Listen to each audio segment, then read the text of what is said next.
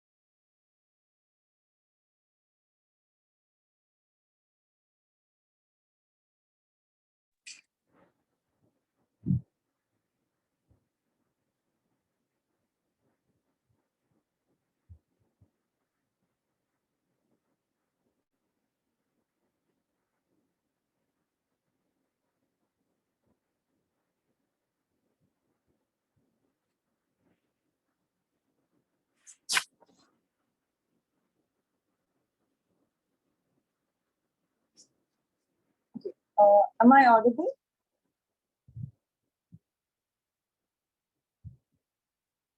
Can someone confirm if I'm audible?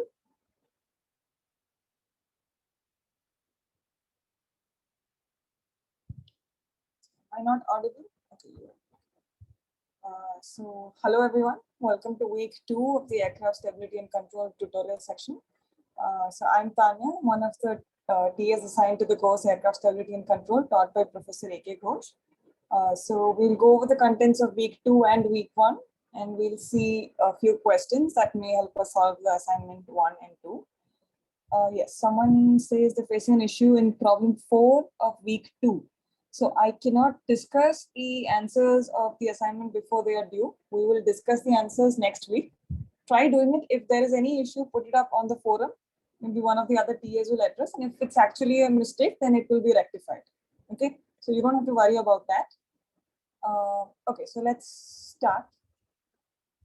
So before we start, does anyone have any other questions from last time's session or the first 2 weeks? Any questions?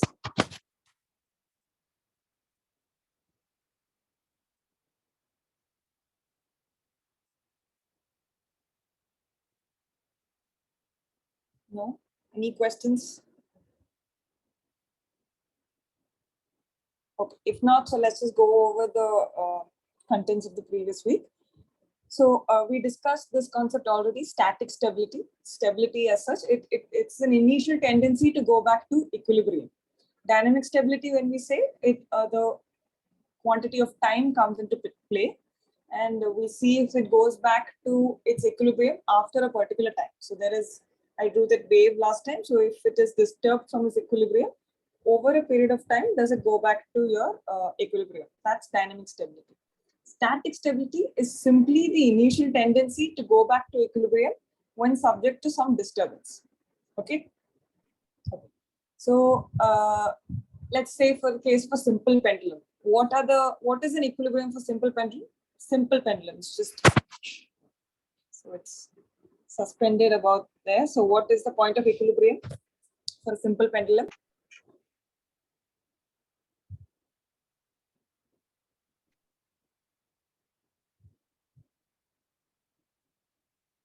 Can someone tell me what is the point of equilibrium for a simple pendulum? The mean position. What position? mean position, ma'am, Okay. where it is drawn. Okay. So is there any other equilibrium point, or is this the only equilibrium point? He's right. This is an equilibrium point where it's just suspended and it's lying there. So is there any other equilibrium point?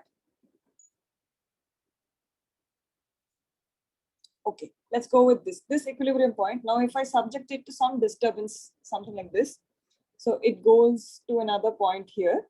And does it show an initial tendency to come back to its original equilibrium point?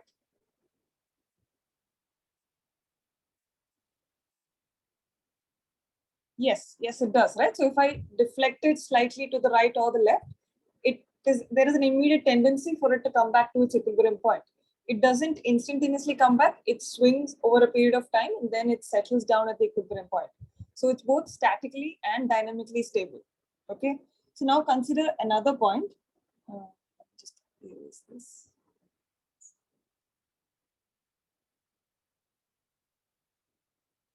So if I were to draw something like, now if I keep it exactly at 180 degrees, is this stable? This is an equilibrium point, right? So at that point, if I leave it exactly at that point, it stays there, correct? So this is another point of equilibrium for the simple pendulum. Okay, now if I were to shift it slightly towards left or right, so if I were to shift it this direction, it would go here. And then what would its tendency be? Would it come back to its original point? Does it show any tendency?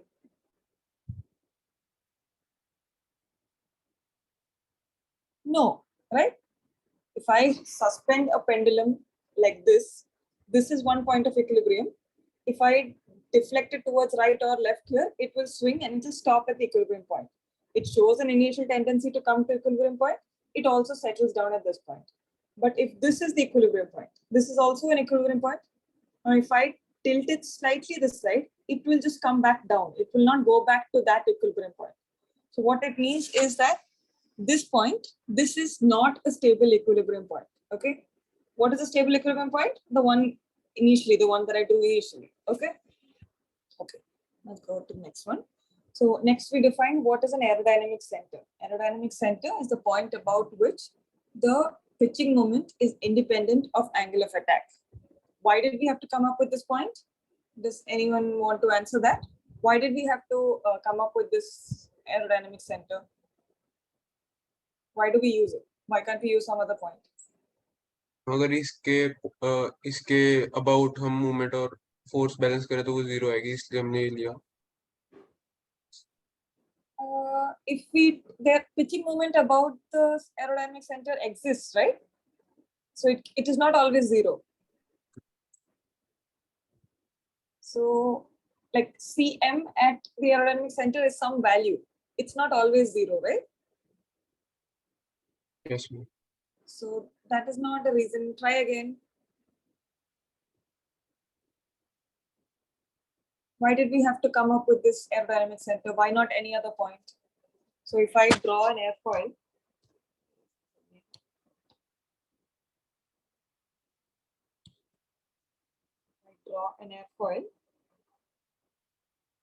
Now suppose this is your aerodynamic center. Now I'm doing all my analysis about this point, lift, drag, moment, everything. Why not any other point on the airfoil? Why not the leading edge? Why not the trailing edge? Or why not any other point? Why aerodynamic center?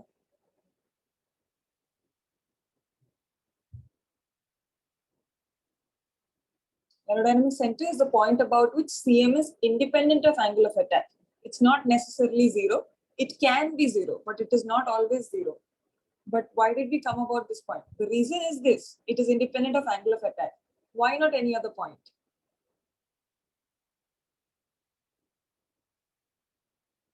So our lift and drag, actually they act about which point? Our aerodynamic forces. Do they act about the aerodynamic center? No. They actually act at what point? Does not depend on CG. All right. All right. So our aerodynamic forces, they actually act about which point? We had discussed this in the last class. Lift, drag, all of them, they act at There was one point, right? We knew this.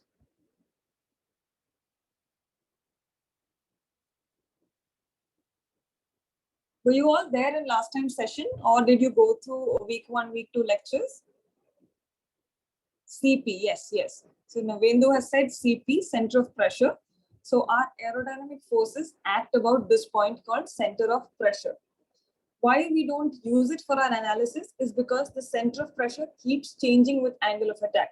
Okay, so throughout the duration of the flight, if the point about which the analysis is done keeps changing, it becomes very difficult. So we picked a point called aerodynamic center, which remains constant for your entire flight duration because it is independent of angle of attack. Okay, so what we do, the forces acting at the CP, we shift it to the aerodynamic center. When we shift forces, it comes with a moment. So for a cambered airfoil, your CP is somewhere here, and your lift and drag. So this is lift and drag actually act about CP. Now when you shift it to the aerodynamic center, so you have your new lift here, drag here, and when you shift forces, it comes with a moment. Okay, so it comes with CM. Okay, it comes with a moment, not CMM.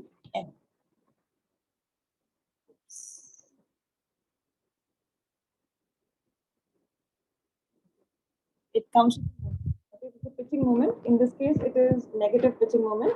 Nose down is negative, nose up is positive. Remember this convention, okay? So this is why we came up with aerodynamic center. It has forces and moments. For a symmetric airfoil, what would be this M? Value of M for symmetric airfoil will be what?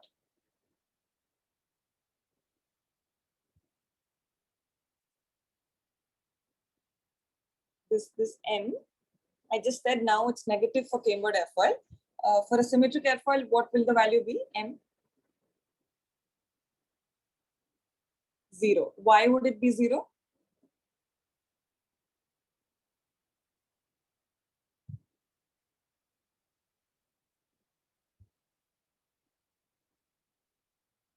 Why would it be 0?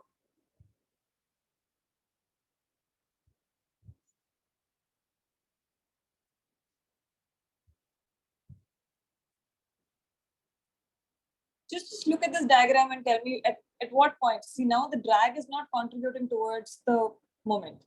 Only lift is 90. What 90? I didn't understand that. At 0 angle of attack, lift is 0. Okay. So, but even at higher angle of attack,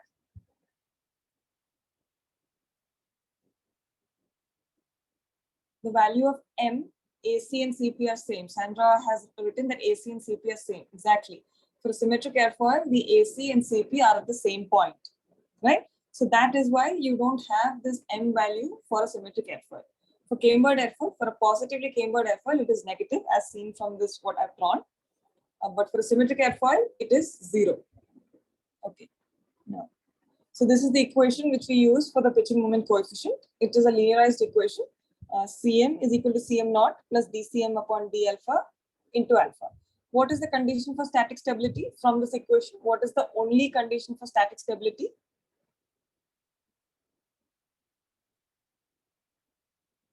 Longitudinal static stability. What is the only condition required from this equation?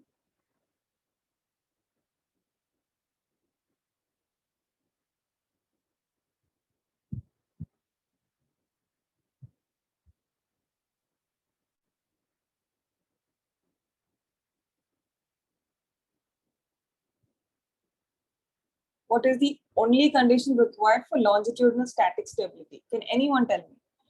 dCm upon d alpha less than 0. Correct. Mayatik has said that dCm upon d alpha is less than 0.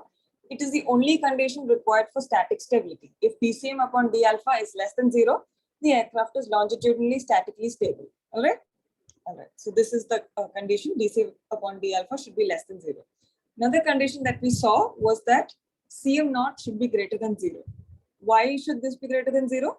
To trim the aircraft at a positive angle of attack. So we can see from the graph. So this is a typical stable aircraft graph. The slope is negative, it is stable. Now this is Cm naught, it is positive. And what is trim? At trim, CM is 0. So this is trim. And it's a positive angle of attack. So you can trim your aircraft at a positive angle of attack. Now, if your CM naught was negative, the curve would be something like this. This would be your CM naught, and your trim point would be here. And you're trimming at a negative angle of attack, which is not desired. We wish to trim our aircrafts at positive angles of attack. Okay. So for that, what we need to ensure? We need to ensure that CM naught is greater than 0. All right. But it is not a condition for static stability.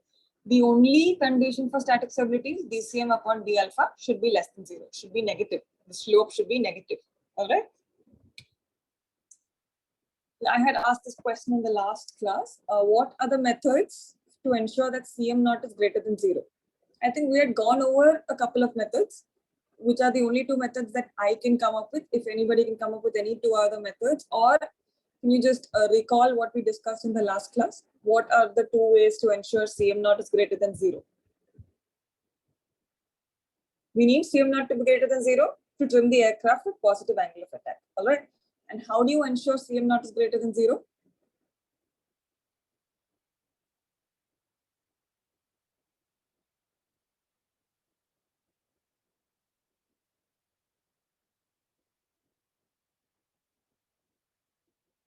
Someone tell me. One method is very simple. एक तो हम tail setting angle दे सकते हैं. Yes, tail setting angle or the wing setting angle, you adjust such that the CM naught term becomes positive. Correct. Next. So one is I tail plus, not plus, let's say in conjunction with I tail and IW, adjust it such that that CM naught term in that equation becomes positive. Correct. Yes, I wing should be greater than I tail. Correct. Mathik has also said that. Another one condition, another one method to make CM naught greater than 0.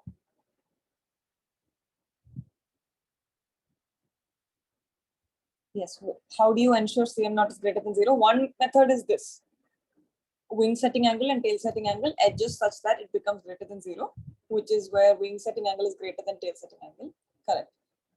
What is the other way?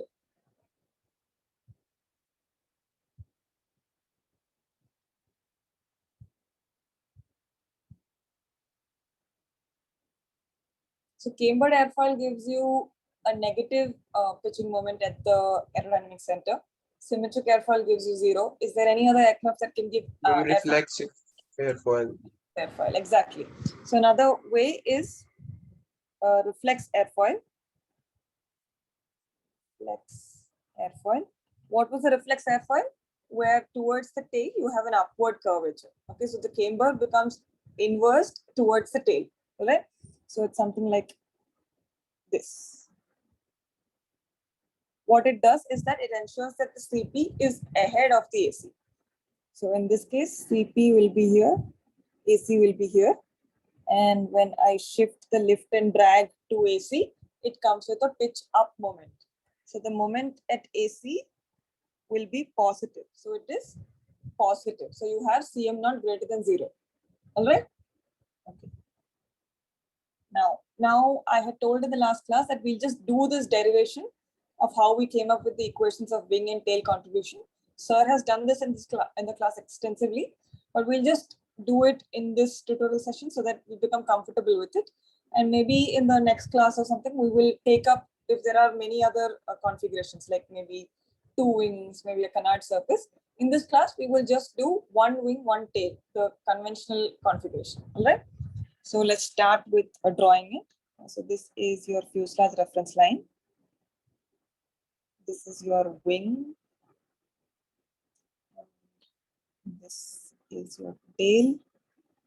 This is the aerodynamic center of wing.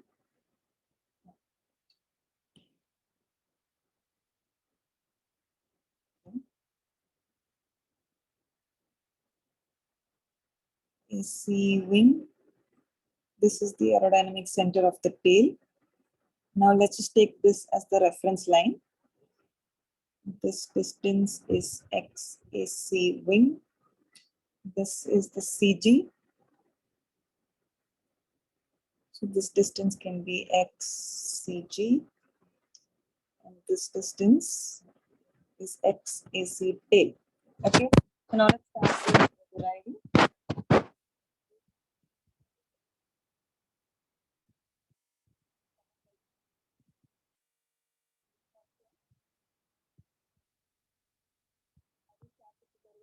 What all contributions are there? So we have a list.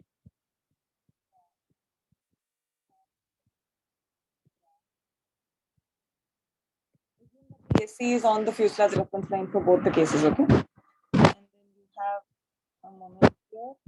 Now, aircraft typically have symmetric airfoils for tail, so you don't have a moment at the AC of the tail. All right, so we'll ignore that. Now, tell me what all contribute towards the moment at.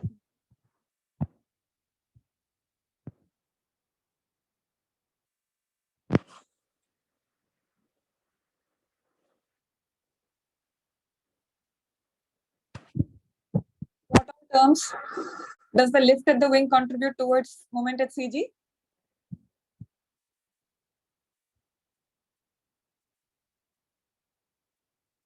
Does the lift at the wing contribute towards moment at the CG?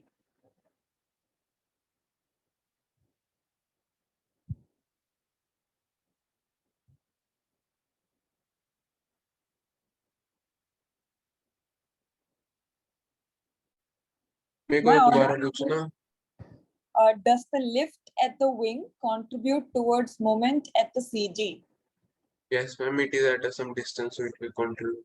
So it will be lift wing into what is that distance? XCG. XCG. What will it be? XCG is the distance from the leading edge to the center of gravity. From the aerodynamic center of the wing to center of gravity will be XCG minus XAC wing. Correct? Yes, ma'am. Next, does the drag contribute? No, ma'am, it passes through CG. Correct, doesn't contribute. The moment as it is will be contributing the moment at the aerodynamic center. So MAC wing. Next, lift at the tail. So this is LT. Will it be plus or minus? Minus. Minus. Will be LT. And what is the distance in this case? XACF minus XCG. XAC tail minus XCG. Correct. Okay. Now we divide the entire equation by half rho B infinity square S C bar, where S is the area of the wing, C bar is the mean aerodynamic chord of the wing. All right. So divide throughout by this. What do you get on the LHS? You have CM CG. Here you have, so I'll just write this term first. CMAC wing plus lift wing. What does it become? It becomes CL wing XCG minus XAC wing divided by C bar. Let me know if I'm making any mistake anywhere, okay? Then you have, what you have here, you have CL tail. But since the V infinity at the tail and the wing are different, you have this term, V infinity dash or prime square, V infinity square. You have S tail upon S. And then you have XAC tail minus XCG divided by C bar. All right. Why is the velocity at the tail different from the velocity at the wing?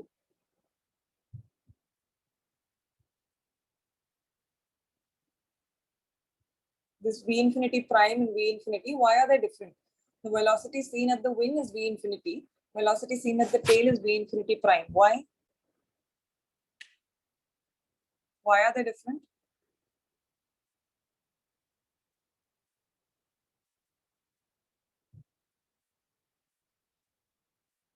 Why are they different? This is in the wake region of the main wing. Correct. So the main wing at the tips, you have this vortice generation, and this vortices move towards, move backward, and they reduce the effective velocity seen at the tail. So this V infinity prime is different from V infinity. What else changes is the angle of attack.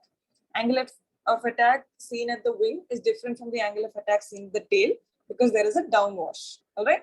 So we'll discuss all of those components today.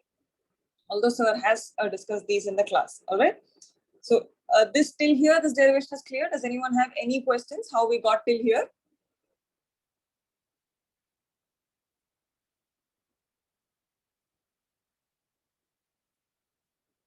Any questions?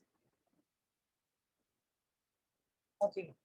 So now let's just expand the CL wing and CL tail. Okay. So CL wing is CL naught wing plus CL alpha wing into alpha wing, the linear expansion. All right. Similarly, let's do it for the tail. Can you repeat the MCG equation? All right. So MCG, what all contribute towards moment at CG? So the lift at the wing, this one, right? So this lift, let me just try taking another. This lift contributes towards the moment at the CG, lift wing, right? So lift into the distance. What is the distance? XCG minus XAC wing, right? So that is this distance, all right? Then what else contributes? The lift at the tail. Lift at the tail also contributes towards the nose down pitching moment. So that is what is this negative term. Then you have this MACW, which is associated with the cambered airfoil of the wing. It would be there even at the tail if the tail is a cambered airfoil. But since typical aircrafts have a symmetric airfoil at the tail, I have ignored this. If that was there in the picture, you will also have a plus MAC tail. All right. So here ideally you should have a plus MAC tail, which is 0 for a symmetric airfoil. Okay. And then I divided each term of the equation by half rho V infinity square S C bar. V infinity is the velocity seen at the wing. S is the surface area of the wing. C bar is the mean aerodynamic chord of the wing. All right. Divide throughout by that and you get this equation. Now we'll just expand CL wing and CL tail. Nikhil, is this clear? You understood, right? Okay. So now let's just expand CL wing and CL tail. CL wing I've written here. Now CL tail. Again, since it's a symmetric airfoil, CL naught term will not be there. I'll just write it and put it to 0 to avoid confusion. This goes to 0. Why? Because it's a symmetric airfoil. All right. Then you have CL alpha tail into alpha tail. Now what is alpha tail? What is the angle of attack seen at the tail? You have angle of attack at the wing and you have the wing setting angle. So first you subtract those two. So you have angle of attack at the wing minus the wing setting angle. All right. So that is the angle that should be seen at the tail. Now the tail itself is set at some angle. So you add that angle. You have plus IT. So this should have been the angle seen at the tail. This should have been the angle of attack at the tail. But since like Mathik has mentioned that it isn't, the tail is in the wake region of the wing, the downwash component applies. So there is a downwash angle that will not allow the angle to be this. It will reduce the angle by the downwash angle. So it will be minus epsilon. So what happens is, where do I draw this? Let me just go to the previous slide, I'll draw it. So you have, this is the fuselage reference line. This is your tail. This is your tail setting angle, IT. Okay, the angle at which the tail is fixed on the aircraft, tail setting angle.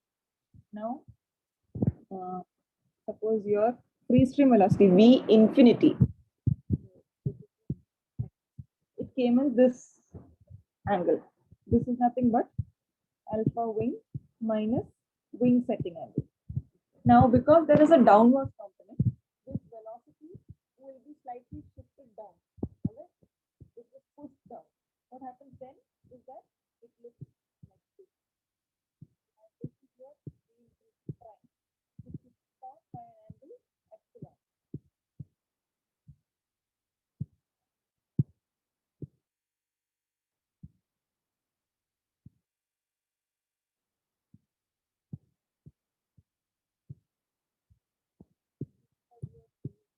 Ma'am, voice is not audible.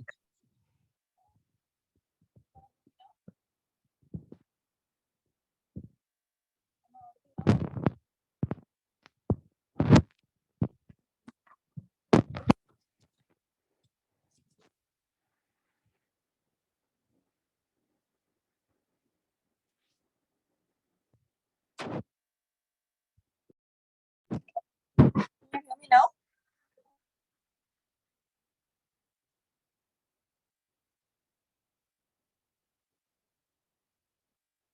Am I audible?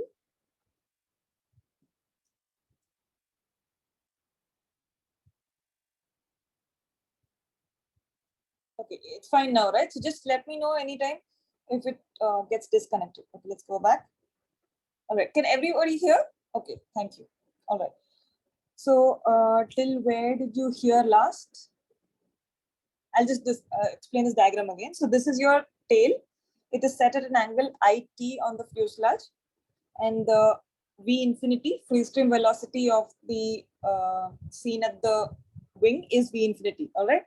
But since your tail is in the wake region, there is a downwash component associated with it.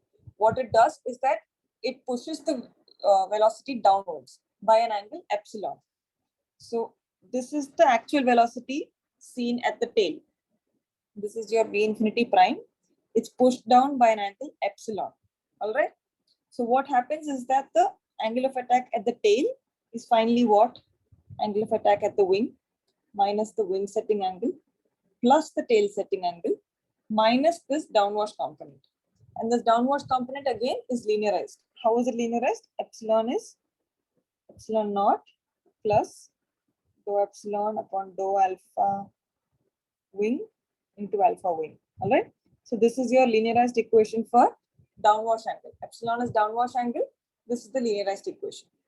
Okay, so now let's try putting it into our CMCG equation. Basically, you'll expand this CL wing and CL tail using these equations. All right, substitute 1 and 2 into your CMCG equation. Let's try doing that. So you have, I'm denoting CMCG as CM. All right. So to avoid any other confusions, CMCG is now denoted as CM. So I'll just continue with that. So you have a CM AC wing, no changes there. The CL wing, I'm expanding into CL naught wing, CL alpha wing. So you have CL naught wing into XCG minus XAC wing by C bar. Then CL alpha wing into XCG minus XAC wing by C bar into alpha wing. You have minus V infinity square S tail upon S. Then you have X, what is it? AC tail. AC tail minus XCG by C bar. CL alpha tail into alpha wing minus I wing plus I tail minus epsilon naught minus dou epsilon by dou alpha into alpha wing.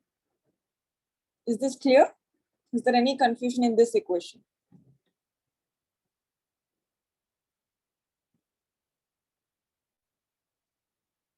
Is there any confusion here?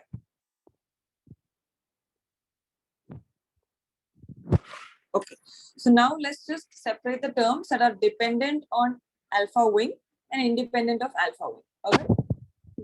First, we'll write the terms that are independent of the alpha wing. What are the terms? This is a term. Let me try changing the color. So yes, this is a term. This is another term. What else? Then you'll have some terms from this equation. All right. So let's just try writing it. You have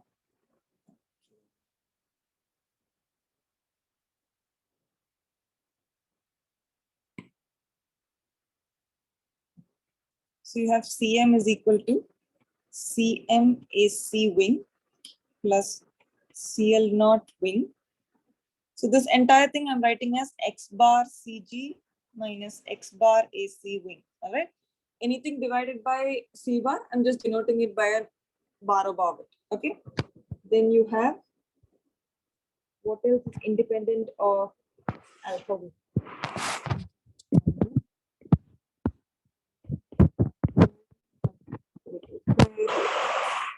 ST upon S. Now this term is your LT. LT is tail. Okay. LT upon C bar. CL alpha tail into I tail. Any other term that is independent of alpha wing? Did I miss anything? Okay. Now let's just write on the terms that depend on alpha wing. All right. So they are plus CL alpha wing X bar CG minus X bar AC wing minus V infinity prime square by V infinity square ST upon S LT upon C bar CL alpha tail into 1 minus dou epsilon by dou alpha wing into alpha wing. Did I miss any term? Can you just go over this equation? Just go over it once. Let me know if I missed anything. Did I miss any term?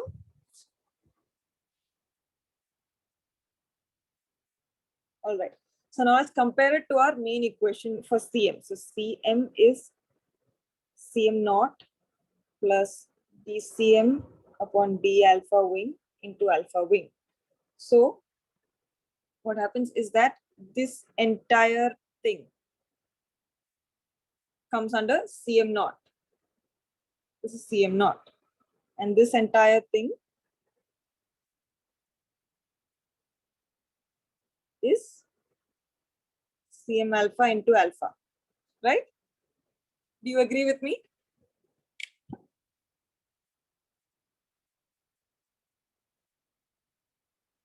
Is this clear? Is there any confusion in this derivation?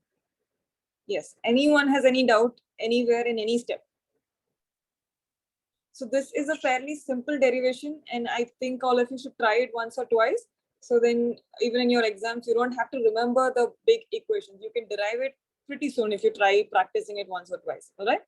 And if there are some extra aerodynamic surfaces, suppose there are two wings or a canard, you can easily do this, all right? So just try deriving this once by yourself. It is a good practice, okay? So now from these two terms, which terms depend on the stability? Which terms contribute towards static stability? For static stability, what is the condition? This should be less than 0. All right. So now tell me, what are the terms that contribute, what are the properties or what are the parameters that contribute towards static stability?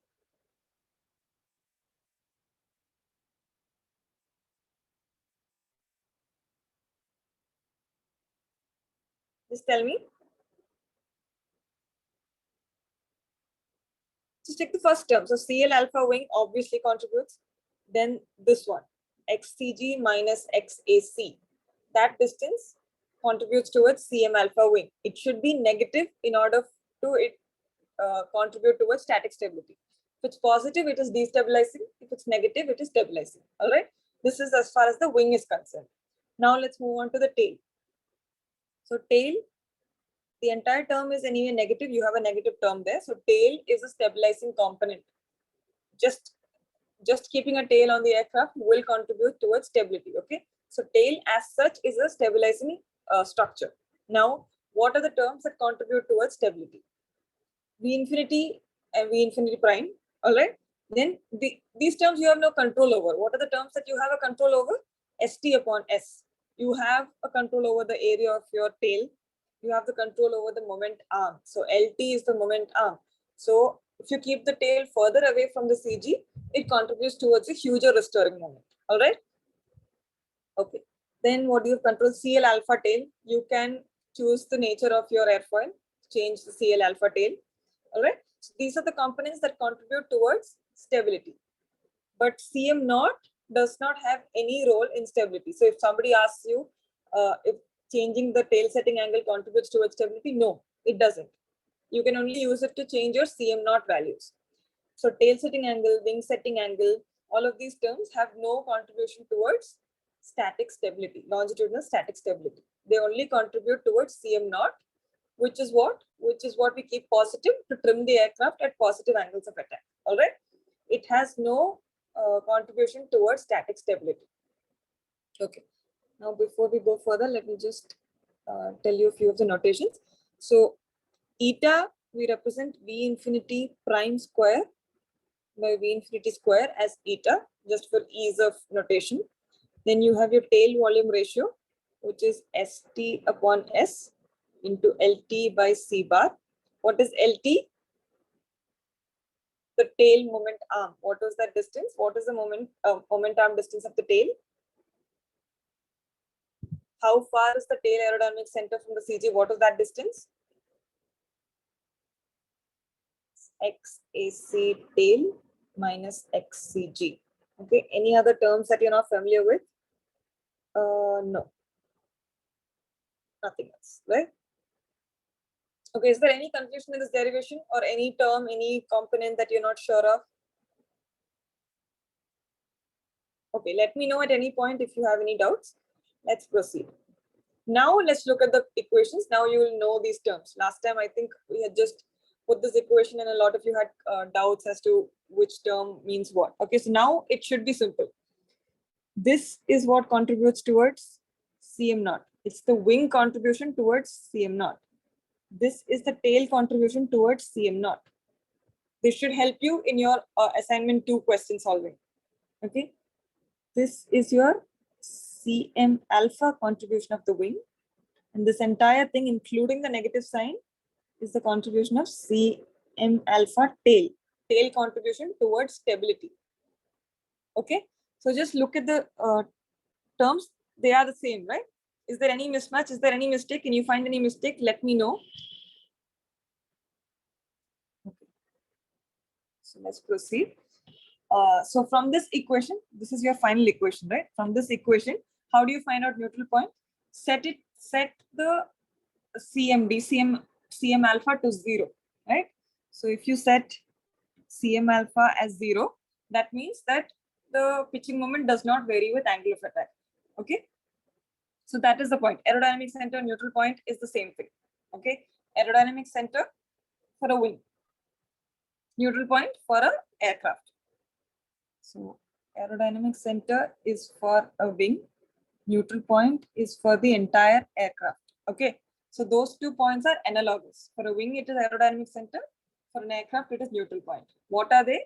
The point at which the pitching moment does not vary with angle of attack. Okay, so in your CM alpha equation, set it to 0. The value of XCG is nothing but XNP. So that is how you find out this XNP, and this is the equation for XNP. You can do it yourself and find out what you have to do. CM alpha equal to 0. Plug that into the equation, complete the derivation, you get X bar NP value. All right. Then you have static margin. SM is minus DCM upon DCL. So for a stable aircraft, will this value be positive or negative? SM value, will it be positive or negative? Static margin for a stable aircraft will be positive or negative?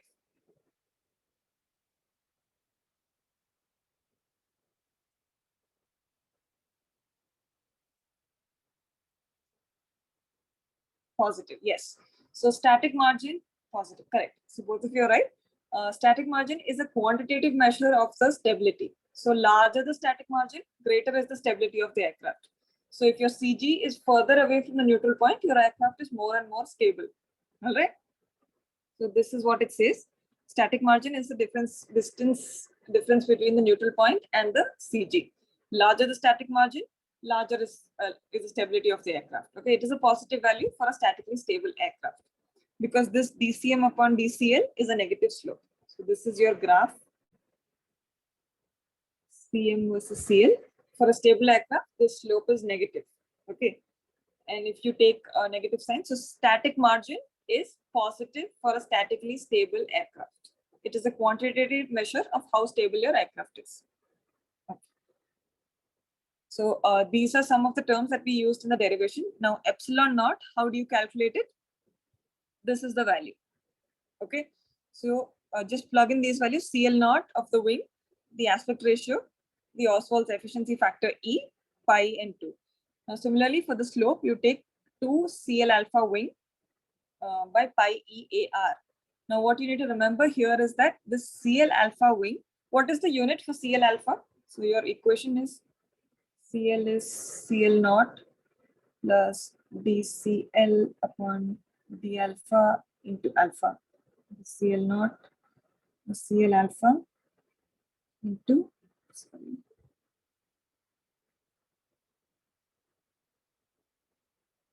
alpha wing. So what is the unit of CL alpha?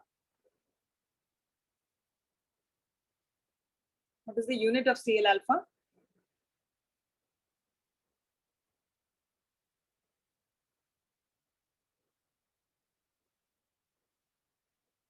CL alpha is dCl upon d alpha. So what is the unit?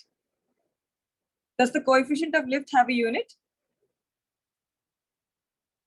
Does CL have a unit?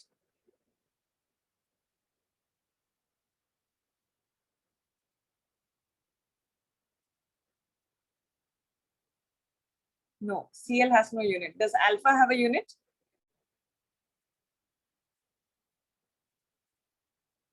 Does the angle of attack alpha, does it have a unit?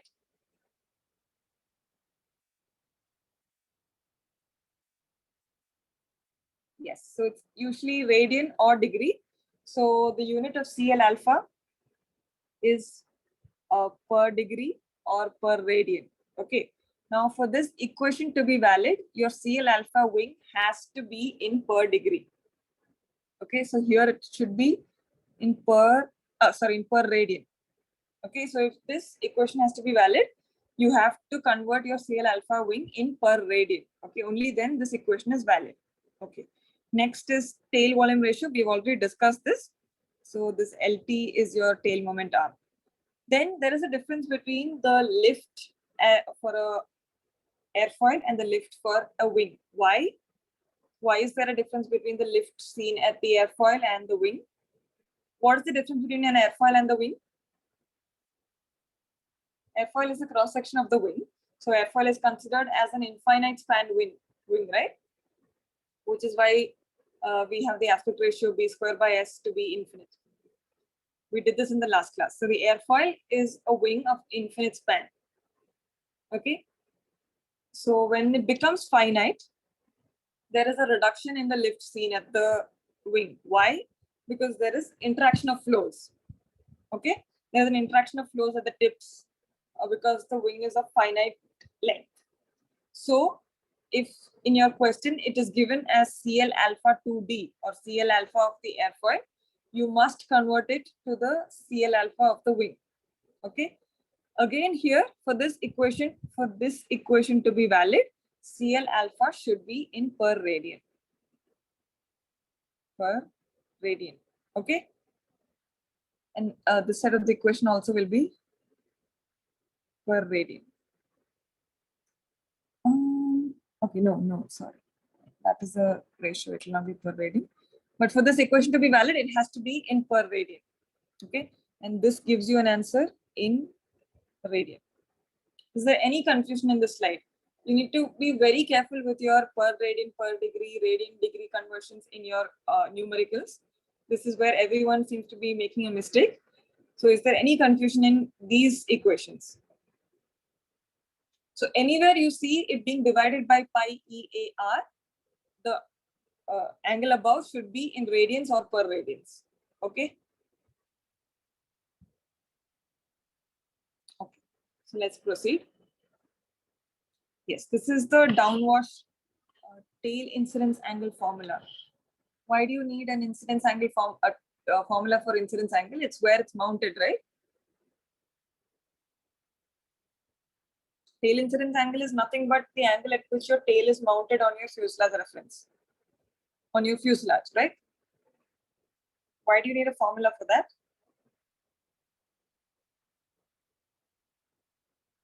Assignment question. Look at your the equations that you already have.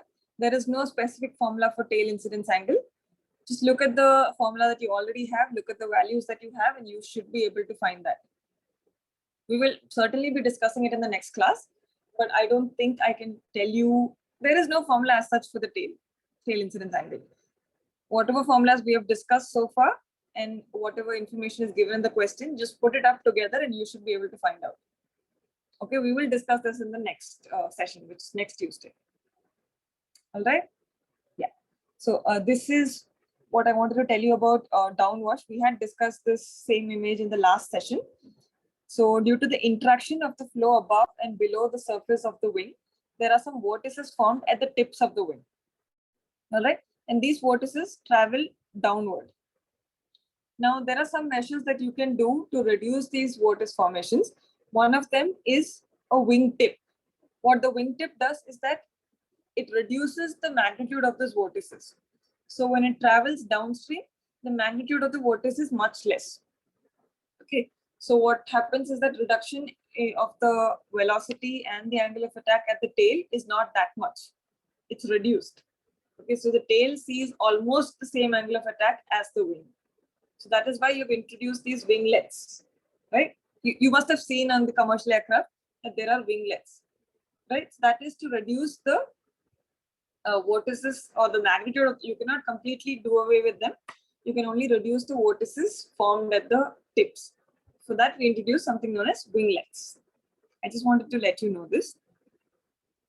Okay, so last class I had asked you what this airfoil was. So this is low camber, deep camber. What is this airfoil? This one. Number 4. What is this airfoil? This one.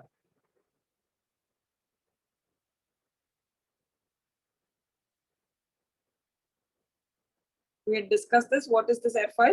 What is it called? Reflex. Yes, this is the reflex airfoil. What is the purpose? To get your Cm naught greater than 0 or Cm alpha, CMAC. CMAC greater than 0. All right. So that is the purpose of this airfoil. This is reflex airfoil. Now I'd asked you what this airfoil was. Number 6. I'd asked you in the last class. I think I'd given the name and I asked you to find out why it's being used. What is this airfoil?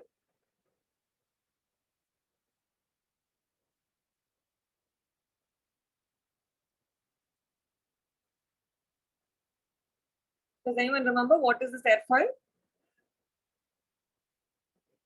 Just remind you, it's super critical airfoil. It is for supersonic usage. Yes. Why? What is this? What is the difference between this airfoil and the other typical cambered airfoil? And why is it used? Why is it preferred for supersonic use? What happens? What is the problem with the regular airfoil for supersonic use? Why can't we use the regular airfoil? What changes?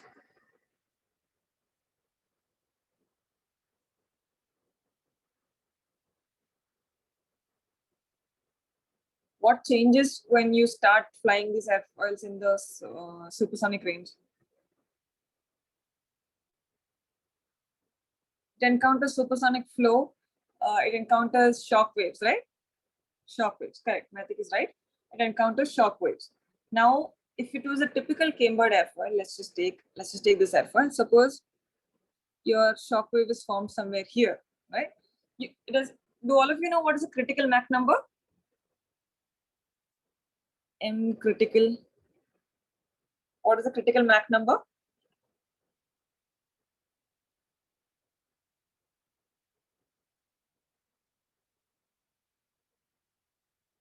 No. Okay. So critical Mach number is that Mach number at which at some point on the aircraft there is Mach 1. Okay. So if this is your airfoil, suppose it's flying at Mach 0.8. Okay. but somewhere on the airfoil, there is a flow of Mach 1. Okay. So the Mach number, the free stream Mach number at which at some point on the airfoil, there is a sonic flow is known as critical Mach number. So in this case, the critical Mach number will be 0.8 because your free stream Mach number is 0.8, but at one point on your airfoil, it encounters Mach 1.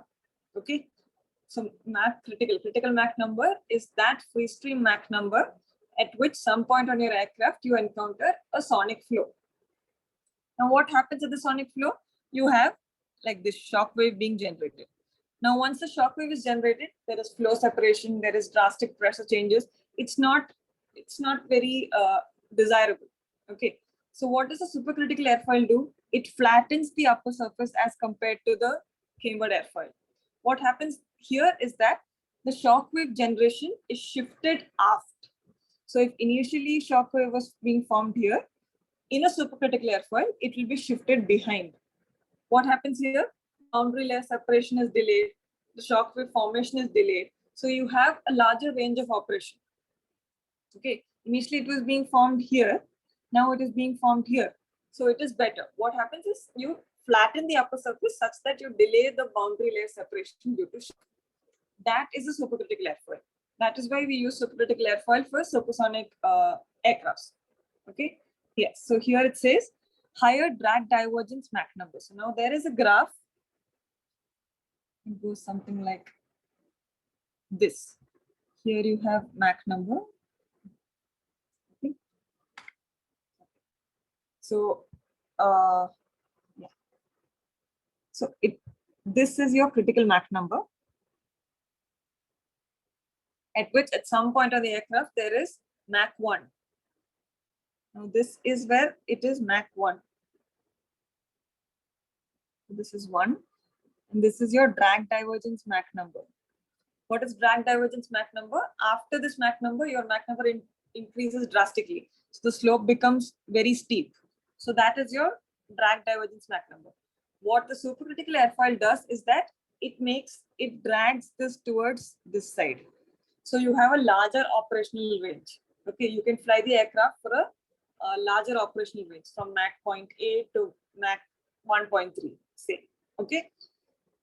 How does it accomplish this? By delaying the shock wave formation. And when the shock wave formation is delayed, so you have the boundary layer separation also delayed. So that means your drag is reduced. So for a supersonic flight, you prefer the supercritical airfoil. Okay. So this is just some information that I thought you should know. I don't think it's part of the course content, but I just thought you should know. Okay. Okay, now let's address few of the questions that came up in the forum. One question was, why is CMAC negative? I think I've answered this question. Would somebody like to answer this? Why is CMAC negative? Or when can it be negative? CMAC is the pitching moment coefficient at aerodynamic center. Why is it negative? When can it be negative?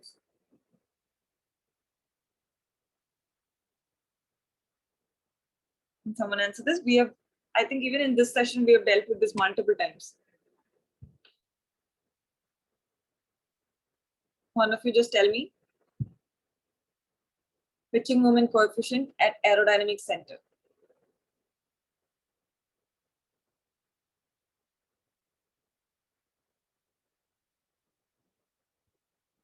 Am I audible?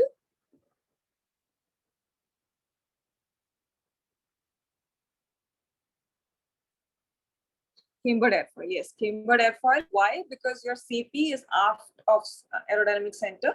When you transfer the forces from CP to aerodynamic center, it comes on the nose down moment. So something like this. This is your CP. This is your AC. When I transfer the lift here, it comes with a negative moment, nose down moment. So that is how your CMAC is negative. Next question was, how can lift act downwards? Does anybody want to answer that? How can lift act downwards?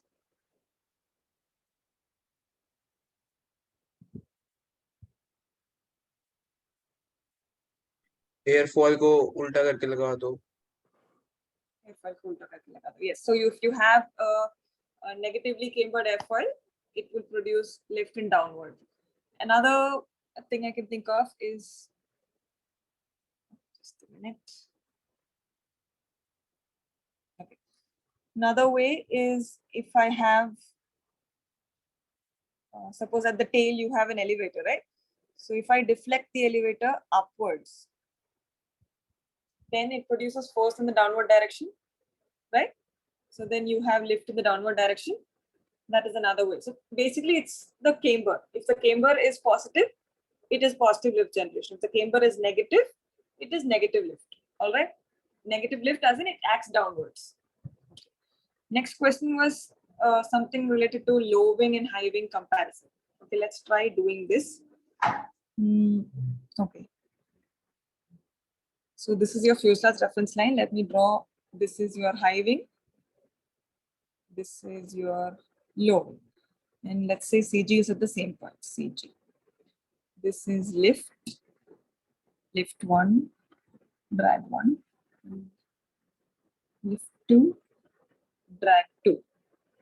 Now for high wing. Both the airfoils are the same airfoil. Let's just see how they affect differently. Now at the CG, does the lift produce a restoring or a destabilizing force? Pitch up or pitch down?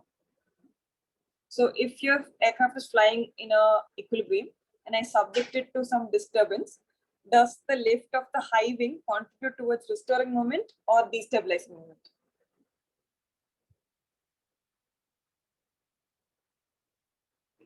To avoid confusion, erase this for now. Okay. Does this L1 contribute towards stabilizing or destabilizing component? It's flying in level, pitch up. So if it is, if I disturb it upwards, lift contributes towards further pitch up, right? So it is destabilizing. So lift 1, destabilizing. What about drag 1? No effect. Drag has no effect. Right now I've kept your aircraft higher. So there is a distance here in the Z direction. Does it produce a moment at the CG? Yes, ma'am, that to pitch up moment. Pitch up. So stabilizing or destabilizing? Destabilizing. Yes. So drag 1 also is destabilizing. Now let's look at the low wing configuration. So you have lift 2, drag 2. So for low wing, lift 2, stabilizing, destabilizing.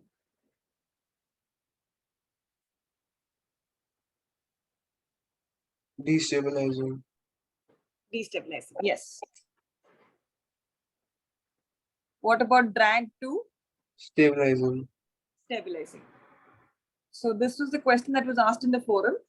The low wing configurations, although it is slightly contributing towards stabilizing, longitudinal stabilizing, okay? Because the drag component gives you a restoring moment. So drag 2 gives you a restoring moment. So the low wing is slightly more longitudinally stable than a high wing.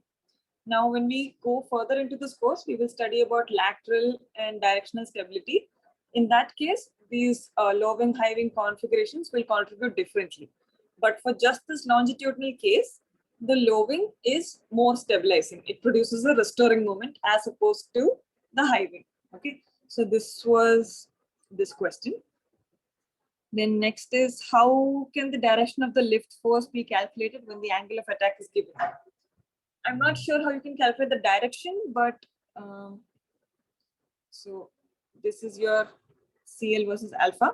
So at any given alpha, just drop a line, and at this alpha, this is the lift that's generated. At this alpha, this is the lift that's generated. That's how you find out the lift given an angle of attack. The formula is CL naught plus dCl by d alpha into alpha. So whatever alpha is given to you, plug it in here and find out the corresponding lift. Okay, direction, I think you mean magnitude. That also can be found out from this equation. Next, In static stability, the initial tendency of aircraft subjected to disturbance is by pilot maneuvers or by its own design characteristics. Can someone answer this? Is the stability governed by the pilot maneuver or by its own design characteristics?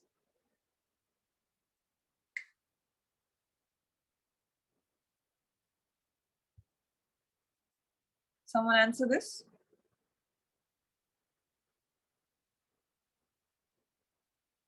Both. Okay. What is the only condition for longitudinal static stability?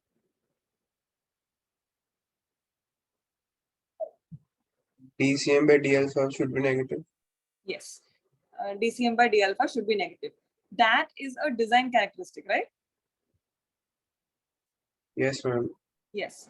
So the pilot maneuvers, how does he perform the maneuvers? By deflecting the control surfaces. Deflecting the control surfaces have nothing to do with stability. They are only for maneuvers. Okay, that's only to control the aircraft. So the only condition for stability is its design characteristics, which is a CM alpha. Okay, so the only condition is CM alpha. What governs CM alpha? Let's go back to this equation. Yes, CM alpha is governed by these terms: CL alpha, VH, eta. It's not really a design characteristic, but that is not something that you can control. Then you have CL alpha tail. Again, downwash is not something that is in your control completely, but this distance is in your control. So these are the quantities that you can change to change the stability of an aircraft. Do you see any control term coming anywhere here? No. So this control surfaces, the control terms, the deflection of elevator, deflection of aileron, whatever the control surfaces are, these are done by the pilot to maneuver the aircraft. They do not contribute towards stability in any way. Yes, you can produce pitch up, pitch down motion by deflecting the elevator, but that is not a measure of stability. Its intrinsic ability to counter any disturbance is known as stability. Okay, so it should have, by its own design, it should have a stabilizing component. Deflecting the control surfaces is only for maneuvers. It has nothing to do with its stability, static stability. Okay. So static stability is by its own design characteristics only. Pilot maneuvers, he changes the control surfaces. That is only for maneuvering. It does not contribute towards stability. So like we discussed initially, it is the initial tendency of the aircraft to come back to equilibrium. So its tendency is not governed by what maneuver is performed. When you disturb the aircraft, does it try to come back? That is stability. That is static stability. That's all. No deflections, no external input. Okay. Okay. How is upward lift generated when the elevator is deflected downwards? This I think should be fairly simple, but let's just. So this is your tail. This is your elevator. Now I'm deflecting it down. What it effectively does is that it's increasing the camber of the airfoil. So what is the difference between symmetric airfoil and cambered airfoil? So this is your symmetric airfoil. How will this graph change for cambered airfoil? Upwards. Upwards, yes. So you just shift it upwards, shift it towards the side, in fact. Something like this. So what happens is that at any given alpha, the cambered airfoil produces a higher lift, right? Just take any alpha. This is the lift produced by symmetric. This is the lift produced by cambered. This is the lift produced by symmetric. This is the lift produced by cambered. Okay. So when you deflect your elevator down, you're increasing the camber of the airfoil. When you increase the camber of the airfoil, you generate more lift. Correct? So if you deflect the elevator upwards, you're reducing the camber of the airfoil, or you're making it negatively cambered. Hence, the lift is produced downwards. Is this clear? Yes. So I think this answers this question. Effect of control surfaces on aerodynamic forces. Does anyone want to try and answer that? What is the effect of control surfaces on aerodynamic forces? Just try and answer. So one control surface that we've seen here is now the elevator. How does it affect the aerodynamic? What are the aerodynamic forces? Lift and drag. Yes. How does this, just take elevator. How does the elevator affect lift and drag?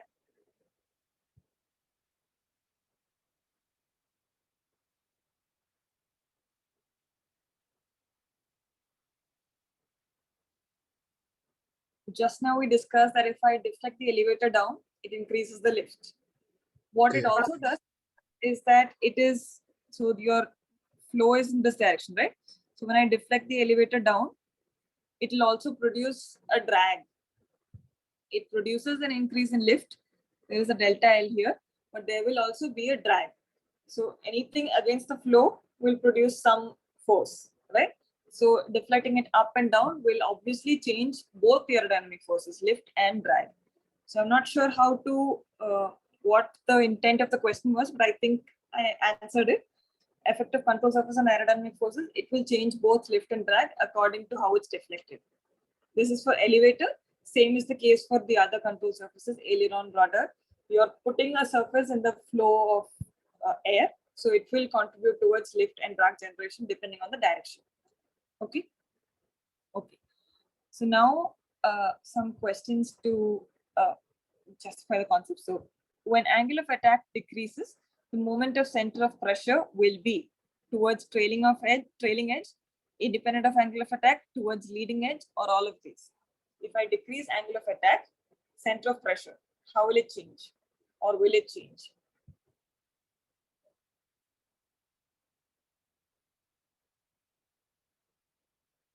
CP, will CP change with angle of attack?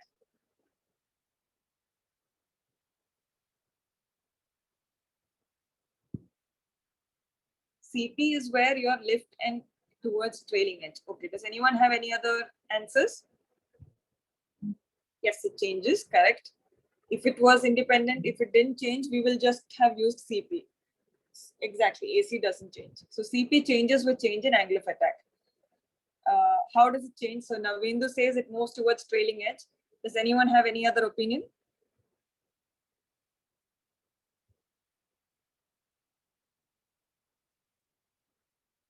Okay. You said it's towards trailing edge. Can you try and explain why you said towards trailing edge?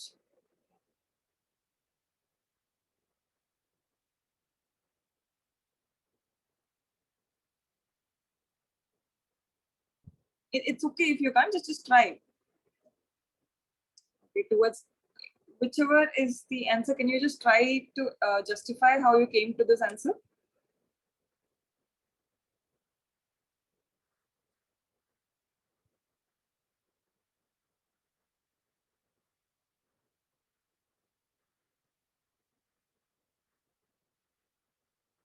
Okay, let's just try and find out what the correct answer is. I'm not sure if I'd shown this in the last class. So, so this is the pressure profile over an airfoil.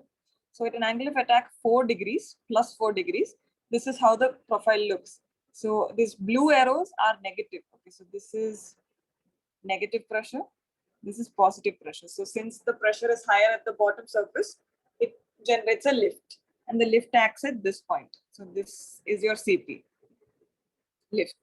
Now, when I decrease the angle of attack, when I make it minus 8 degrees, you can see how the pressure profile shifts. Okay. So now where is the CP? CP has moved backwards. So now the lift is here. It's reduced lift, lift has reduced and it's there. So red is positive, blue is negative. And if I increase the angle of attack, the pressure profile, that curve shifts towards the leading edge and CP moves here. So this is your lift and the lift increases. So now can you answer the question? Question was, when angle of attack decreases, the moment of center of pressure will be, from these diagrams, does the center of pressure move towards trailing edge or leading edge when I decrease angle of attack? Trailing edge, correct. Okay. Are you justified? Does this image justify this answer? Is the explanation enough? Is it clear? Okay. Okay. So when I increase the angle of attack, the pressure profile moves ahead and the CP moves ahead. When I decrease the angle of attack, it moves towards the trailing edge. Okay, so this is for a symmetric airfoil at 0-degree angle of attack. This is how the pressure profile looks. Okay, and this is the graph of CP versus the distance. Now, when I increase angle of attack, you can see that the profile is something like this, right? Just a minute. Okay, so the profile is something like that, and the upper surface has a negative pressure profile and the lower surface has a positive pressure profile. Okay, is that clear?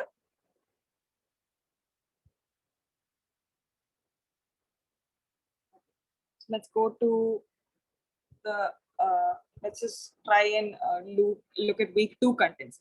So what is control? Why do we have control surfaces? Here I've said to trim at a different CL. Does anyone have any other explanation? What is a control surface? Why do we have control surfaces?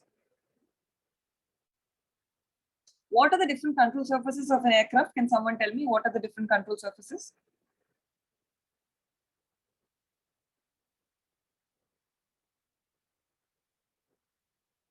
Ailerons, aileron, rudder, elevator. Okay.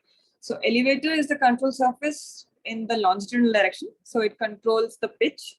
What does rudder control? What angle? What motion? Rudder controls what?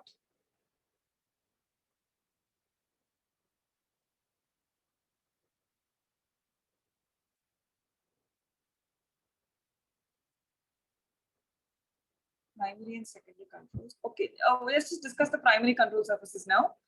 The primary control surfaces are aileron, rudder, elevator. Yes, someone has answered that the rudder controls yaw.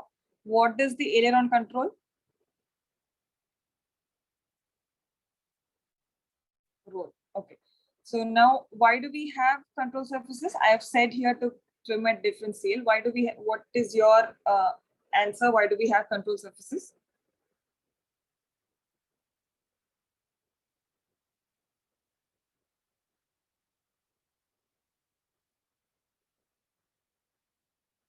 Static stability. We just discussed that control surfaces have nothing to do with stability. The only condition for static stability is that, what is the only condition for static stability? Can the one who told static stability is why we have control, can you tell me? Goes by the name iPhone. Can you just tell me what is the only condition for static stability? Yes, slope of CM versus CL should be negative slope. Yes, negative slope of CM alpha or CMCL. Okay, so control surfaces have nothing to do with static stability. Yes, it is for maneuvering.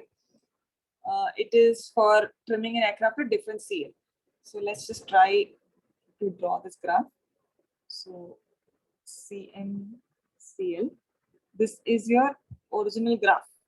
Okay, so now this is the CL at which you can trim your aircraft. So now if the pilot wishes to trim at a different CL, suppose he wishes to trim at this value. Okay, so what can he do? He has to shift this graph. So what he does is this entire graph is shifted. So this is what is accomplished by control surfaces. By deflecting the elevator, this graph is shifted in position. What it does, it enables us to trim at different CLs. Okay, it should be capital. Okay. Next, so what it does is it only moves or translates the CM versus CL graph. It does not rotate the graph. All right. So the question that I have is, does CM not change?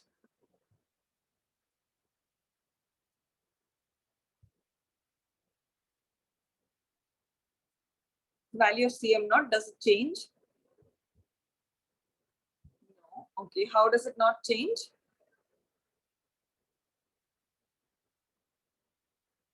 Why did you say it doesn't change?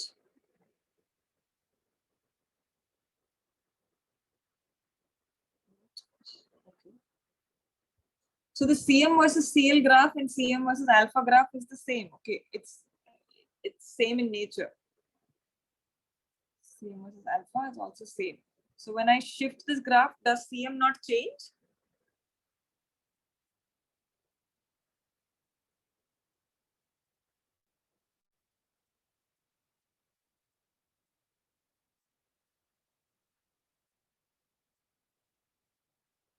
What is CM naught in this graph? Can you tell me which point is CM naught?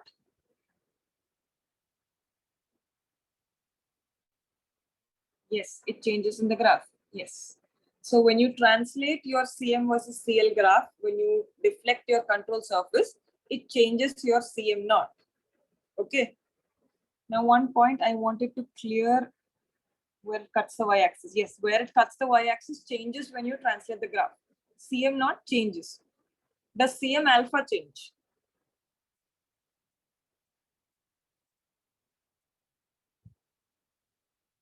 CM alpha changes? How much does it change?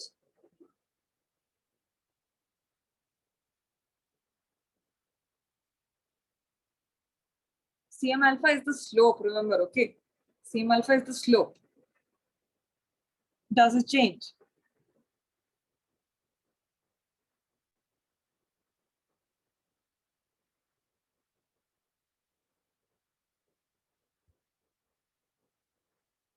No. So when you deflect your control surface, you translate your graph as it is. You do not change the slope of the graph. Only thing that changes is the intercept, where it intercepts the y-axis and the x-axis. Okay. Where it intercepts the y-axis is CM naught, so CM naught changes. So deflecting a control surface enables you to trim at a different CL by changing the CM naught. But the stability, that is the slope of the graph, remains the same. So control surfaces do not change stability. That is why your slope remains the same. Okay. So this needs to be very clear. Please do not make this mistake. Control surfaces do not change stability. It only translates the graph. Does not change slope, only changes the intercept, y-intercept, CM naught. Now, another thing that I wanted to point out was that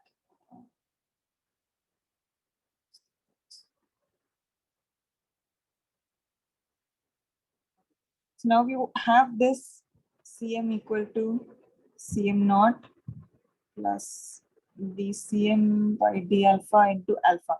So this is your CM naught. The graph that I drew here was CM versus CL. Is this point same as CM naught?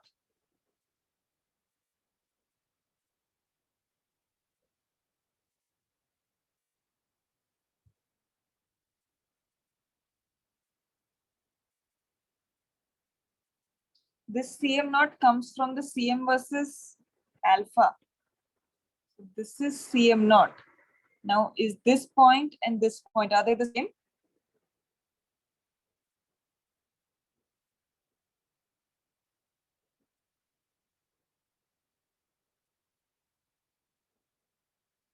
I said it's of the same nature, but is it the exact same graph?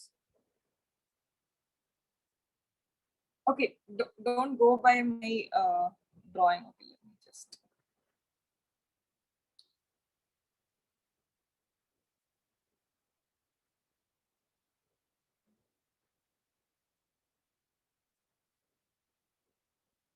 If I draw something similar.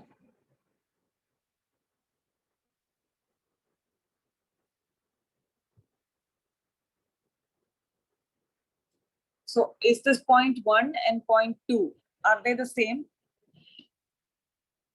The graph is of similar nature, CM alpha, CM CL, similar nature, but is the intercept same?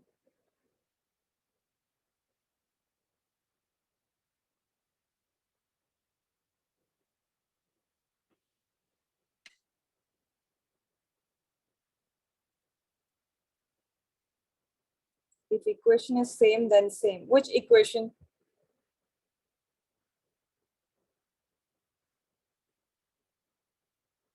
I'm just taking any airfoil and I'm telling you that I'm plotting two graphs, CM versus alpha and CM versus CL.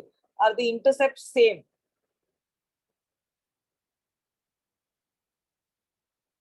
No, Navendu is right. It is not same. So let's just expand this equation. So Yachit, if the equation is same, then same. Which equation did you mention? CM1, CM naught plus dCm d alpha alpha. Yeah, so this equation is valid for this graph. What about this graph? No idea. Okay, so it's a different equation, right? So it obviously will not be the same equation. That is what I was trying to get at. So let's just try and derive it here. So I'm just expanding this equation, it becomes Cm naught plus dCm upon dCl into dCl upon d alpha into alpha. Okay, let me take it here.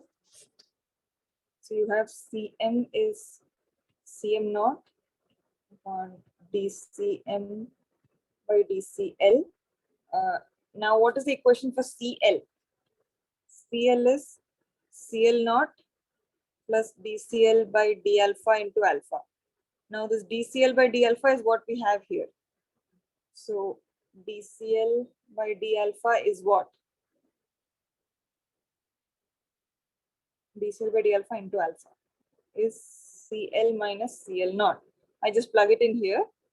It becomes Cl minus Cl naught. Correct?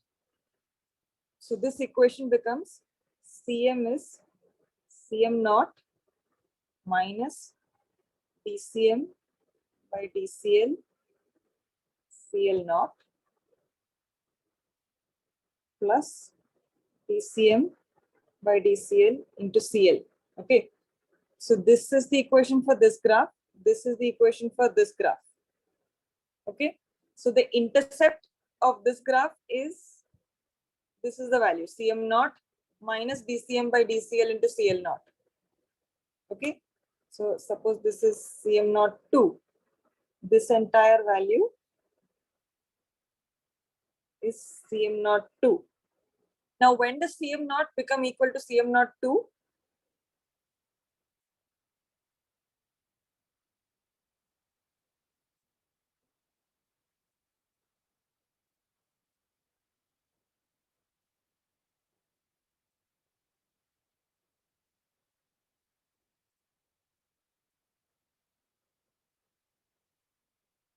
When does Cm naught become equal to Cm naught 2? When are both of the intercepts the same?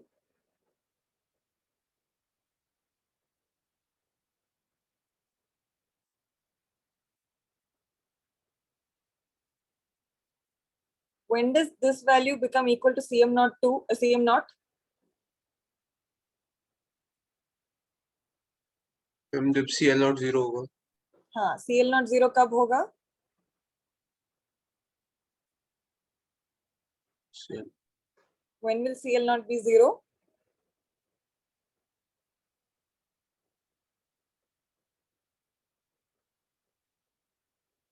So this is your equation, right? In this equation, when will Cl naught be 0?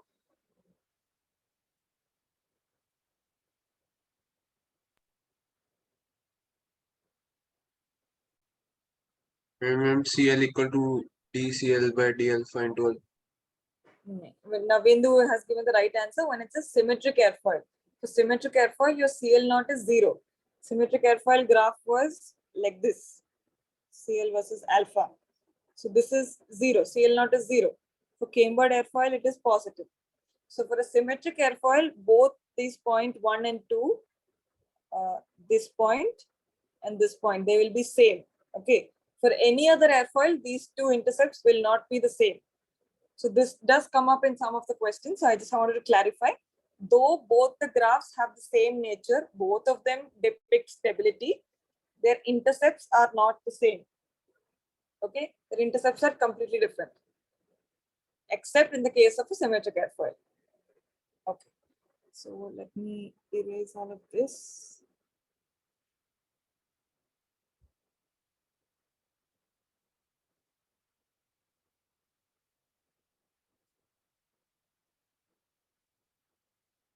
Okay.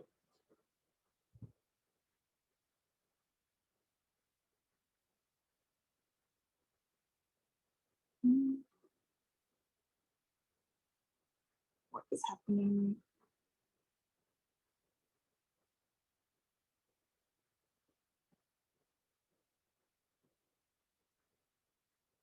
Just give me a minute to figure this out. Okay.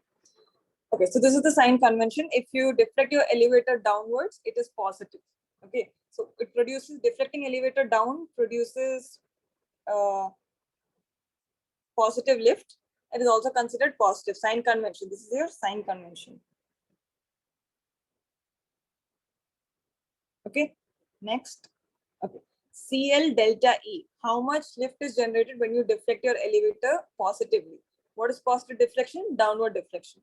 So how much lift is generated when you deflect your elevator downwards is given by this term. Now eta is positive. All of these terms are positive. So the entire term is positive. So deflecting your elevator down produces a positive lift. Deflecting your elevator down produces a negative moment. Okay, so we can understand this from regular. If I take this is wing, this is your CG, and this is your tail. If I deflect my elevator down, it produces a positive delta L. This produces a nose down moment about CG. So pitch down. All right. So just draw this in a neater fashion.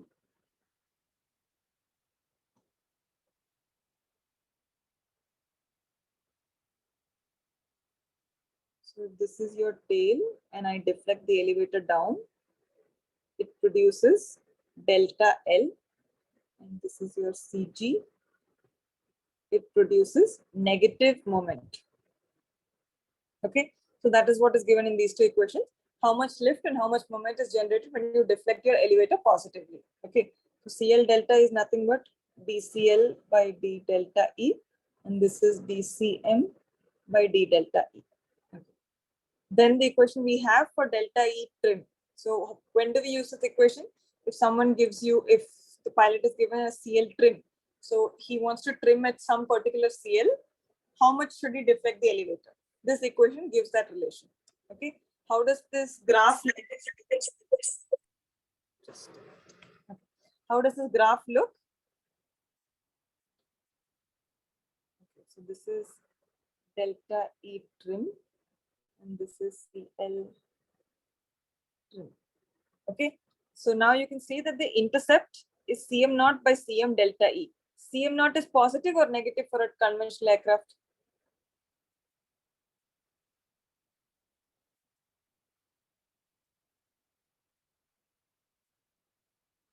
Cm naught is positive, right? What about Cm delta E? Positive or negative?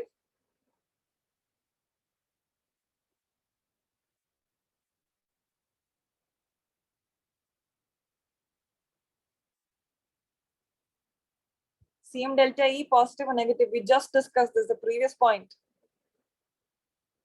Cm delta E is negative, right? So this is negative. So this overall term is positive. That is why you have a positive intercept here, right? So this is nothing but delta E naught plus d delta E by dCl into CL trim. So this delta E naught is positive. Now let's come to the slope. Your Cm delta E is negative. What about the numerator? XNP minus XCG for stable aircraft. Is it positive or negative?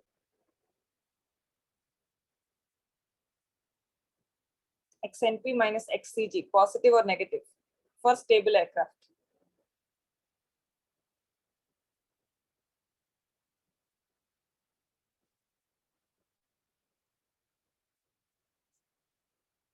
Yes, XNP minus XCG is positive for a stable aircraft, right?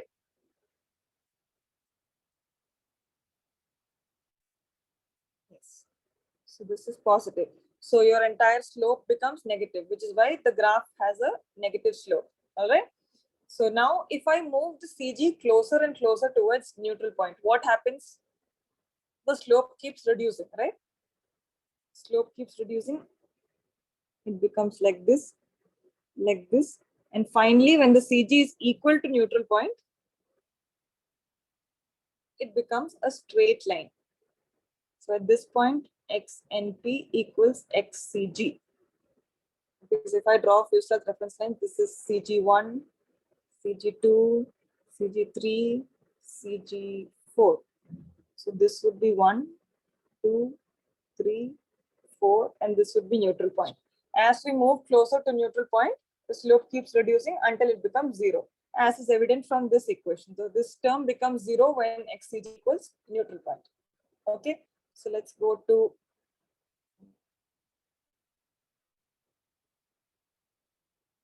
the next slide. So the question is, the pitching moment coefficient about leading edge of an airfoil is given by this equation, where angle of attack of an airfoil is in degrees.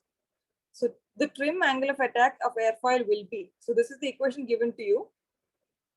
What is the typical equation for CM? CM equal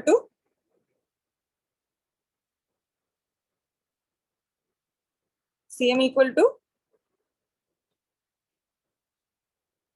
what is the stability equation? We've written this multiple times today.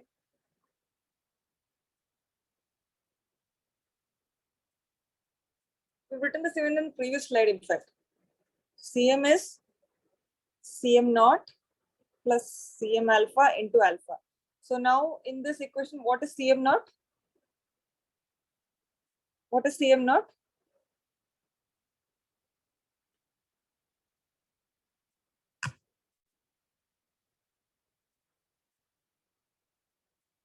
What is the value of CM naught?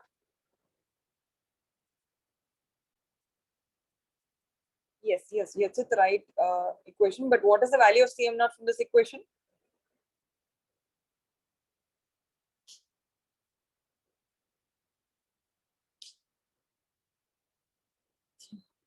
It's minus 0.149.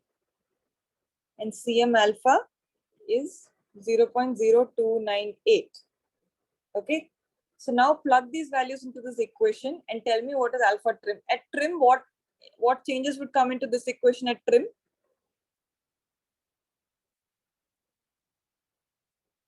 What is trim? Trim is the equilibrium condition where summation of all forces and moments are zero. Okay. So what would change at this point in this equation at trim?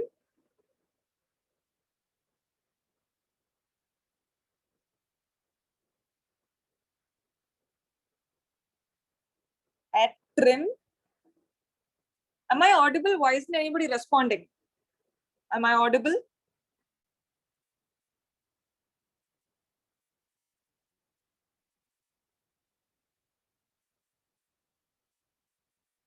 You can at least confirm if I'm audible. Can you hear me?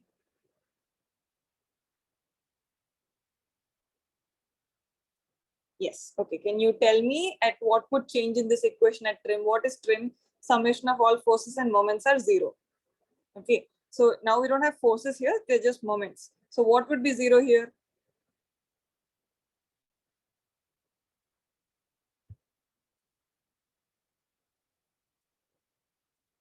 Moment. Exactly. So at trim, CM would be zero.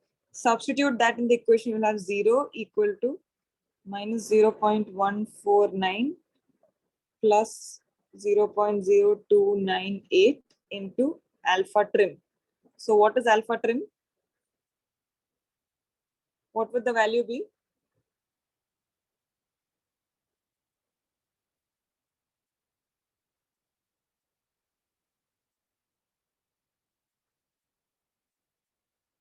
What is the value of alpha trim? Just quickly calculate and tell me. It's a very simple calculation. Just do it. It would be 0.149 divided by 0.0298. 5, yes. So alpha trim is 5 degrees. Okay. Okay, let's go to the next slide quickly. In an aircraft, without changing any other dimensions, the distance of aerodynamic center of tail from CG of aircraft is increased. Due to this, change in longitudinal stability of aircraft will be. So what is changed? Distance of aerodynamic center of the tail, that is XAC tail from CG of the aircraft minus XCG. This is changed. This quantity is changed. What is this quantity? If I, what did I say? This is increased. So this quantity is increased. How would this change the stability of the aircraft?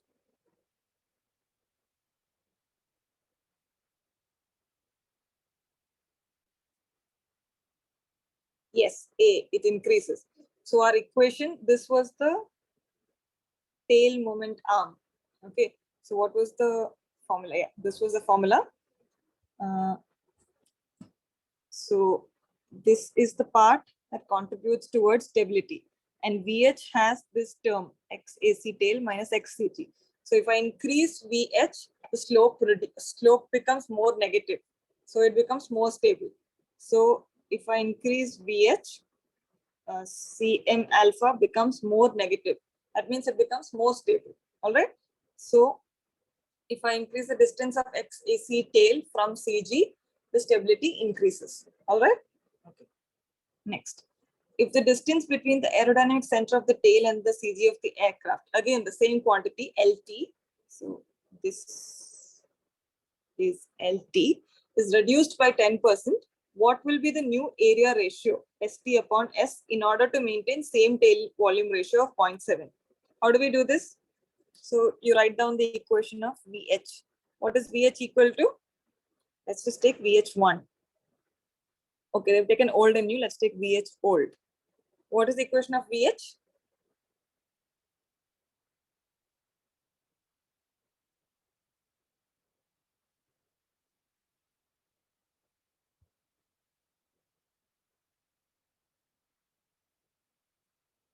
What is the equation of VH? We just saw this in the previous slide. It is ST upon S LT by C bar. And this is old and this is old. Now for new, it will be ST upon S new LT upon C bar, where LT is new. Now what is LT new? LT new is, it is reduced by 10%. So it will be 0.9 LT old, correct? 0.9 LT old. Put that in here. You will get ST upon S new 0.9 LT old by C bar.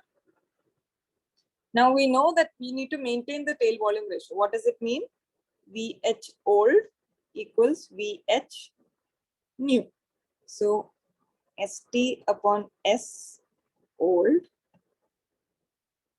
LT old by C bar equals ST upon S new 0.9 LT old by C bar. Now when you cut off all these things, which answer is right? What is ST upon S new? B. Is it B? It becomes 1 by 0.9 ST upon S old, right? 1 by 0.9 is how much?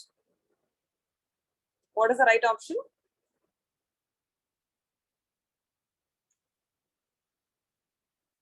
C, yes. So this is the right answer, okay? Expect such questions in your assignments and final exam also. Yeah, so this is the equation that we use to find out this. Okay. During a flight, if the elevator is deflected with a certain positive angle, how will this affect the stability of an aircraft?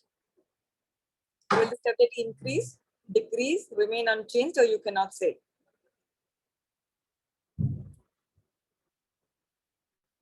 During a flight, if the elevator is deflected with a certain positive angle, how will it affect the stability of an aircraft?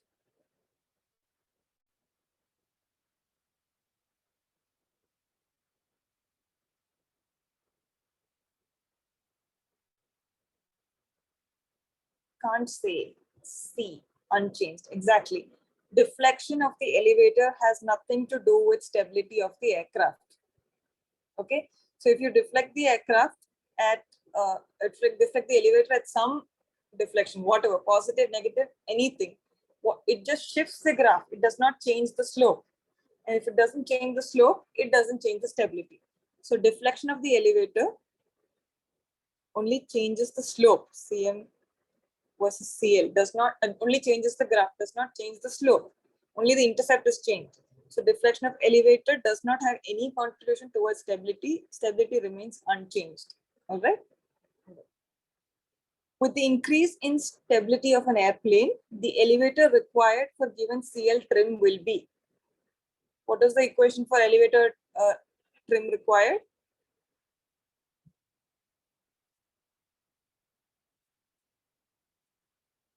centimeter trim, what is the equation?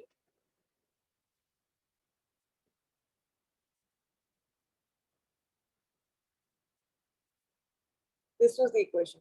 Now with increase in stability, what component of this equation changes?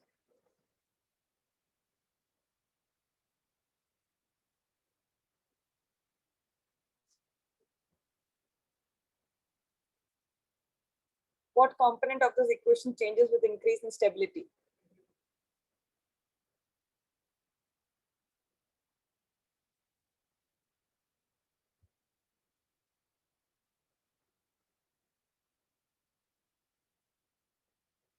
Does CM not change with increase in stability?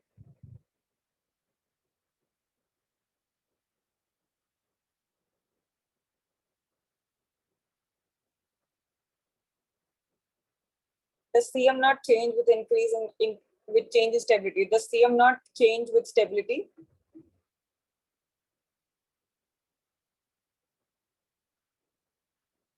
Somebody is going to have to answer this. I can't keep asking the same questions again and again. Does CM not change with the change in stability?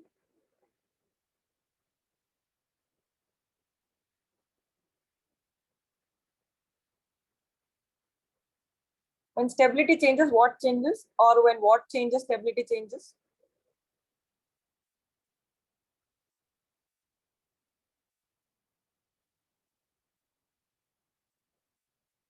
Okay, if none of you are answering, then I'm just going to end the session here.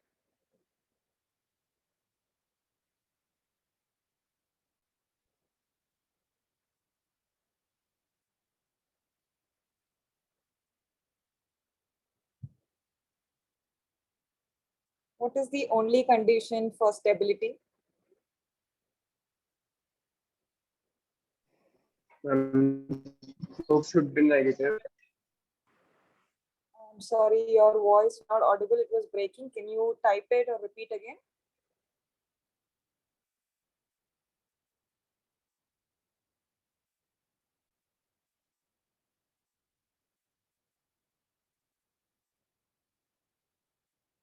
Slope.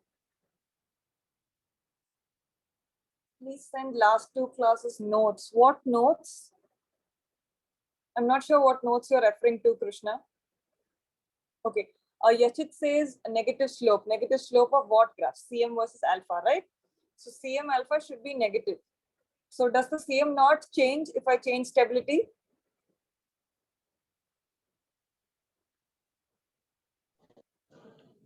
Yes, ma'am. If the slope changes, the CM naught also shifts. If the slope changes, why will CM not change? So it will be something like this. I can change the slope without changing the CM naught, right? Yes, ma'am. Okay. So CM naught will not change if the slope changes. Only CM alpha changes if the stability changes and vice versa. Okay. So this term has nothing to do with stability. Next, XNP minus XCG. Does that change?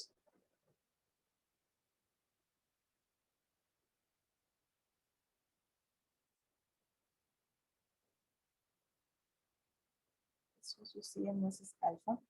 So I'm going back to the very beginning of the slide because none of you seem to be remembering anything that we're doing in this class.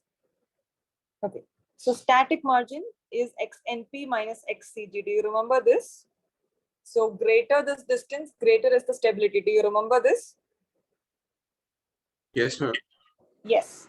So now let's go back to this equation.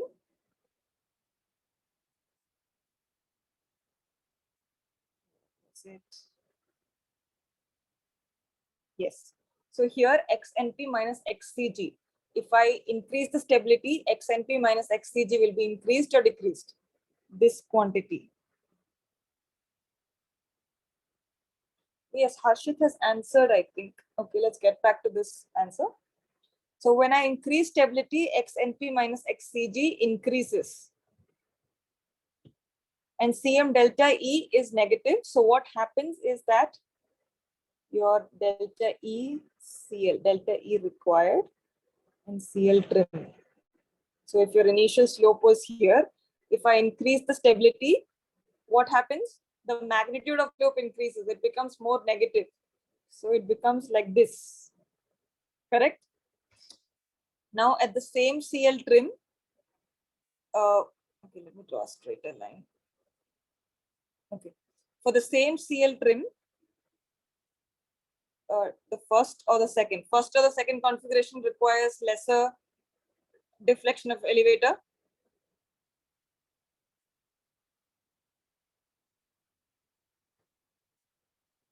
This value is lesser or greater than this value. Second configuration requires lesser delta E deflection, right?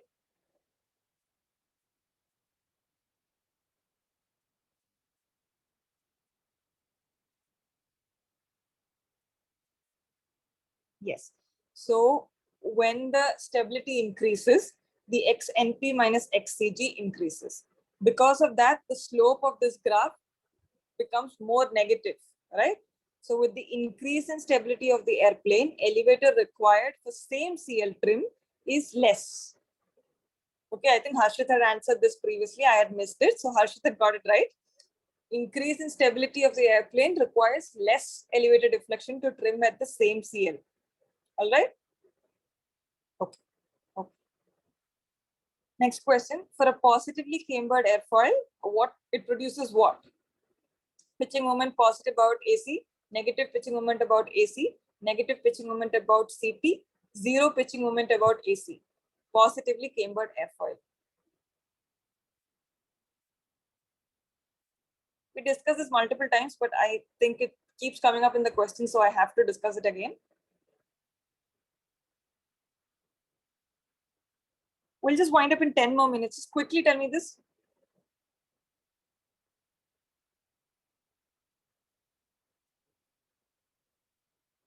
Positively cambered airfoil has CP here, has AC here. When I transfer the forces from CP to AC, it produces a pitch down moment at the aerodynamic center. So for a positively cambered airfoil, you have negative pitching moment about aerodynamic center. Please do not make this mistake in your exams. Okay, we've discussed this several times. Okay. Yes, yes. So for a wing made of symmetric airfoil, pitching moment at 0 degree angle of attack will be 0. 0. Correct. 0. Correct. The aspect ratio of an airfoil is, we discussed this in the last class. Infinite. Infinite. Yes. Aspect ratio of wing, finite and non-zero. C. Yes. Aspect ratio of a wing increases, then what happens to the lift curve slope? Again, we discussed this in the last session.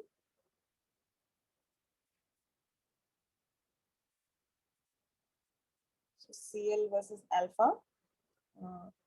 So this is for aspect ratio equal to infinite. This is suppose AR10. This is AR5. So as the aspect ratio increases, the lift curve slope also increases, correct?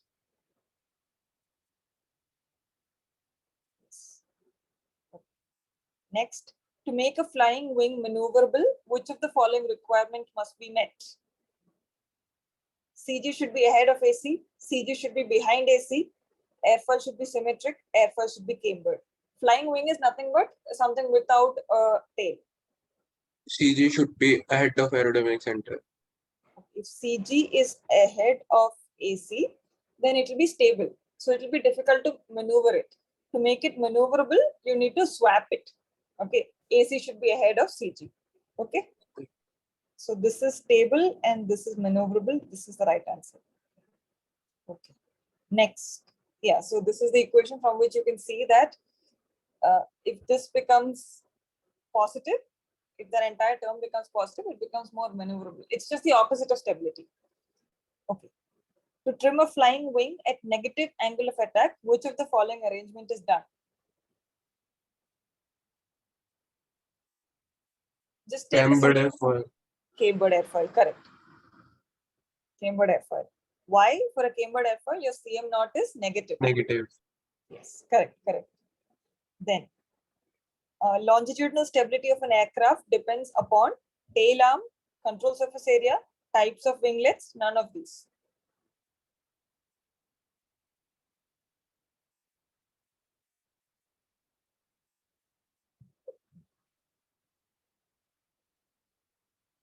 So your equation was this, right? Wing is generally destabilizing, so let's just ignore this for now. Let's go to tail contribution of stability. This is contributing towards CM naught, so that has no role here.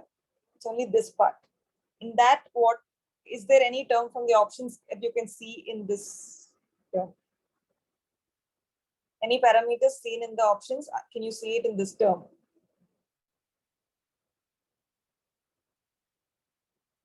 Is the control surface area there anywhere? No, correct? No. It's not- no. Winglets are not there anywhere. Tail arm. So VH is ST upon S into LT by C bar. This is the tail arm. So that is very much there in the stability term. So the answer is tail arm. Okay. Next, a negative tail incidence angle setting as compared to zero tail incidence angle setting will result in same static stability, more static stability, less static stability. Again, just go back to your tail contribution and tell me the answer. The equation for tail contribution and tell me the answer.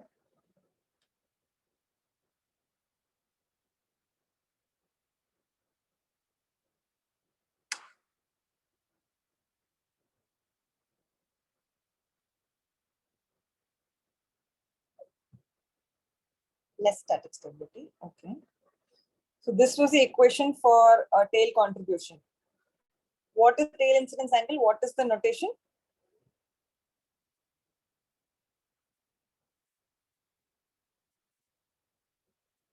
From this equation, which is the tail incidence angle?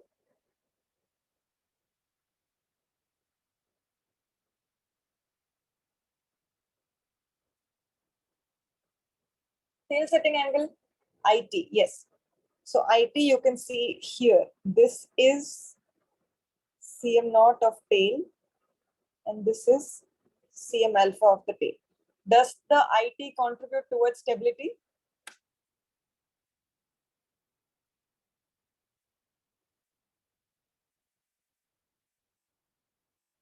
Does IT contribute towards stability?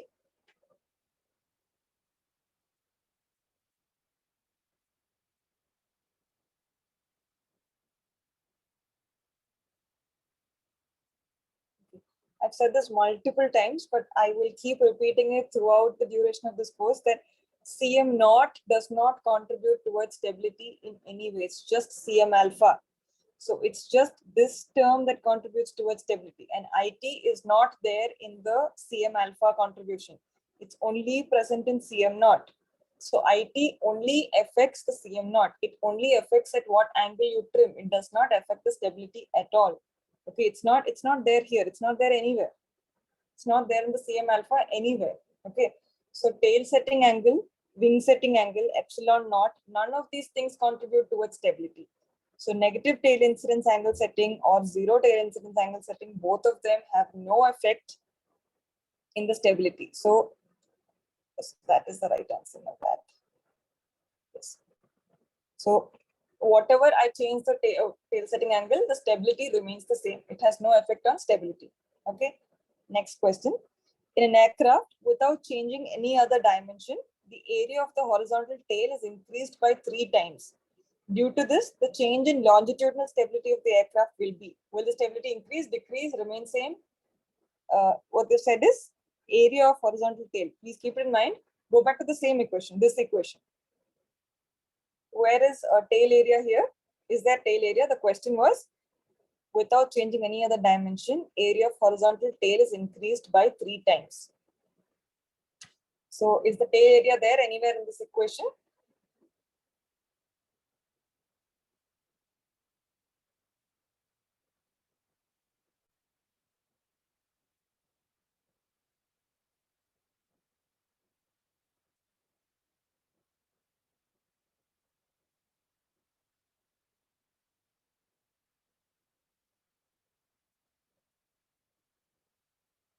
Is the horizontal tail area there anywhere in this equation?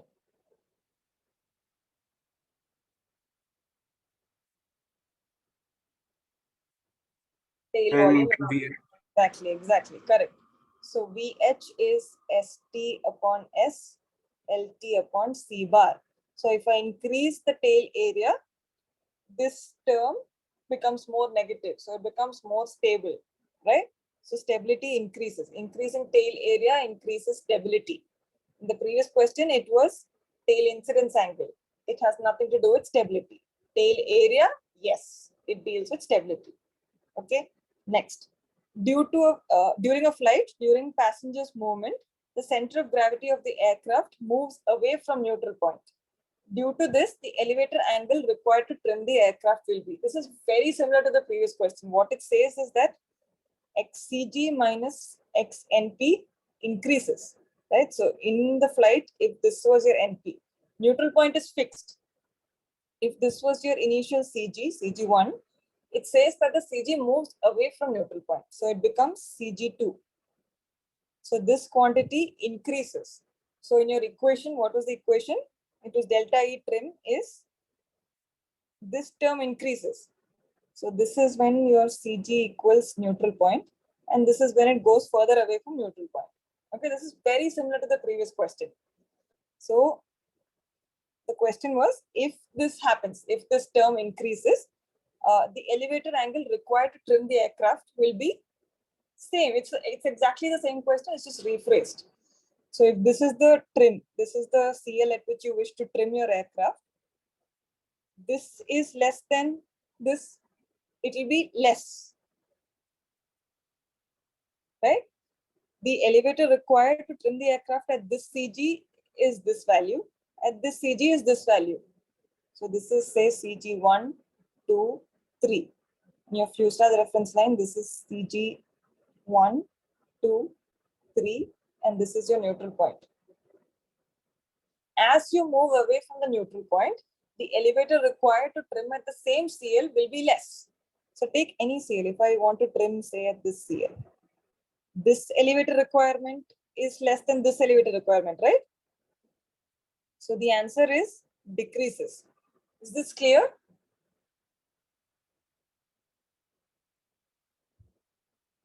Okay.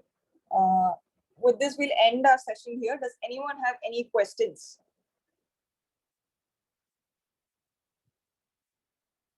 Any questions? Ma'am ये आपके वाली slides मिल सकती हैं? This has been shared. Let me just, they've given you this slide, right?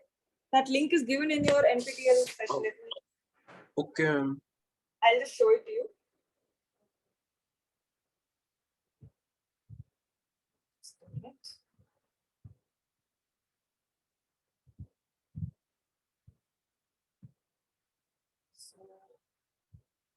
Yes, this is your NPTEL page. Is this visible? Yes, ma'am. Okay. So here you have problem solving session. Click on that, and I think they've given you a Google Sheet link. Just a minute. Yeah.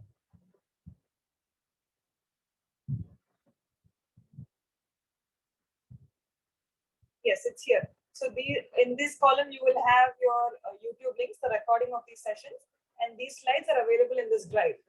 Okay, presentation folder link. All right. Okay. Thank you. Okay, so that's available. Any other questions? What is static longitudinal stability? So it is the ability of an aircraft to, the initial tendency of an aircraft to regain its equilibrium. That is the definition of static longitudinal stability. The initial tendency of an aircraft to restore, to create a restoring moment, restoring pitching moment. Okay, so can I get a whiteboard?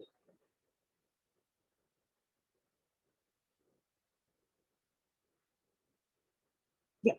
So if this was your initial fuselage reference line, and due to some gust, it became like this. So there is a change. There is a delta alpha.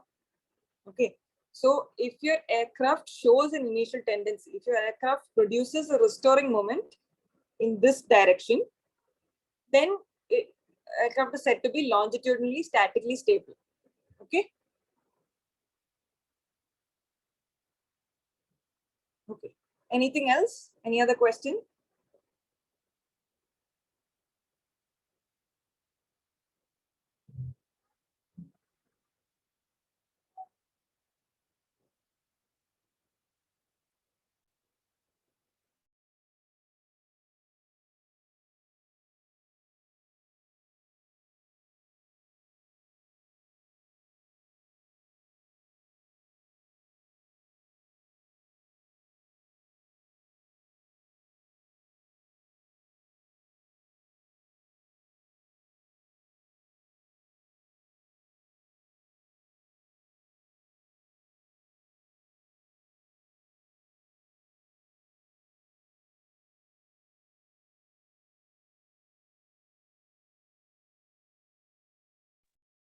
Okay. I'm sorry about that. I didn't realize I was muted. Okay. So if there are no further questions, I think we'll end the session. You all the very best for your assignment 1 and assignment 2. We'll discuss the questions next week. Till then, if you have any queries, do put it up on the forum and we can try to address it. Okay. So all the best for your assignment 1 and 2. We'll meet again next week. Thank you. Thank you for having me here. Okay. So I think we'll end the session. You can leave. We'll meet again next Tuesday.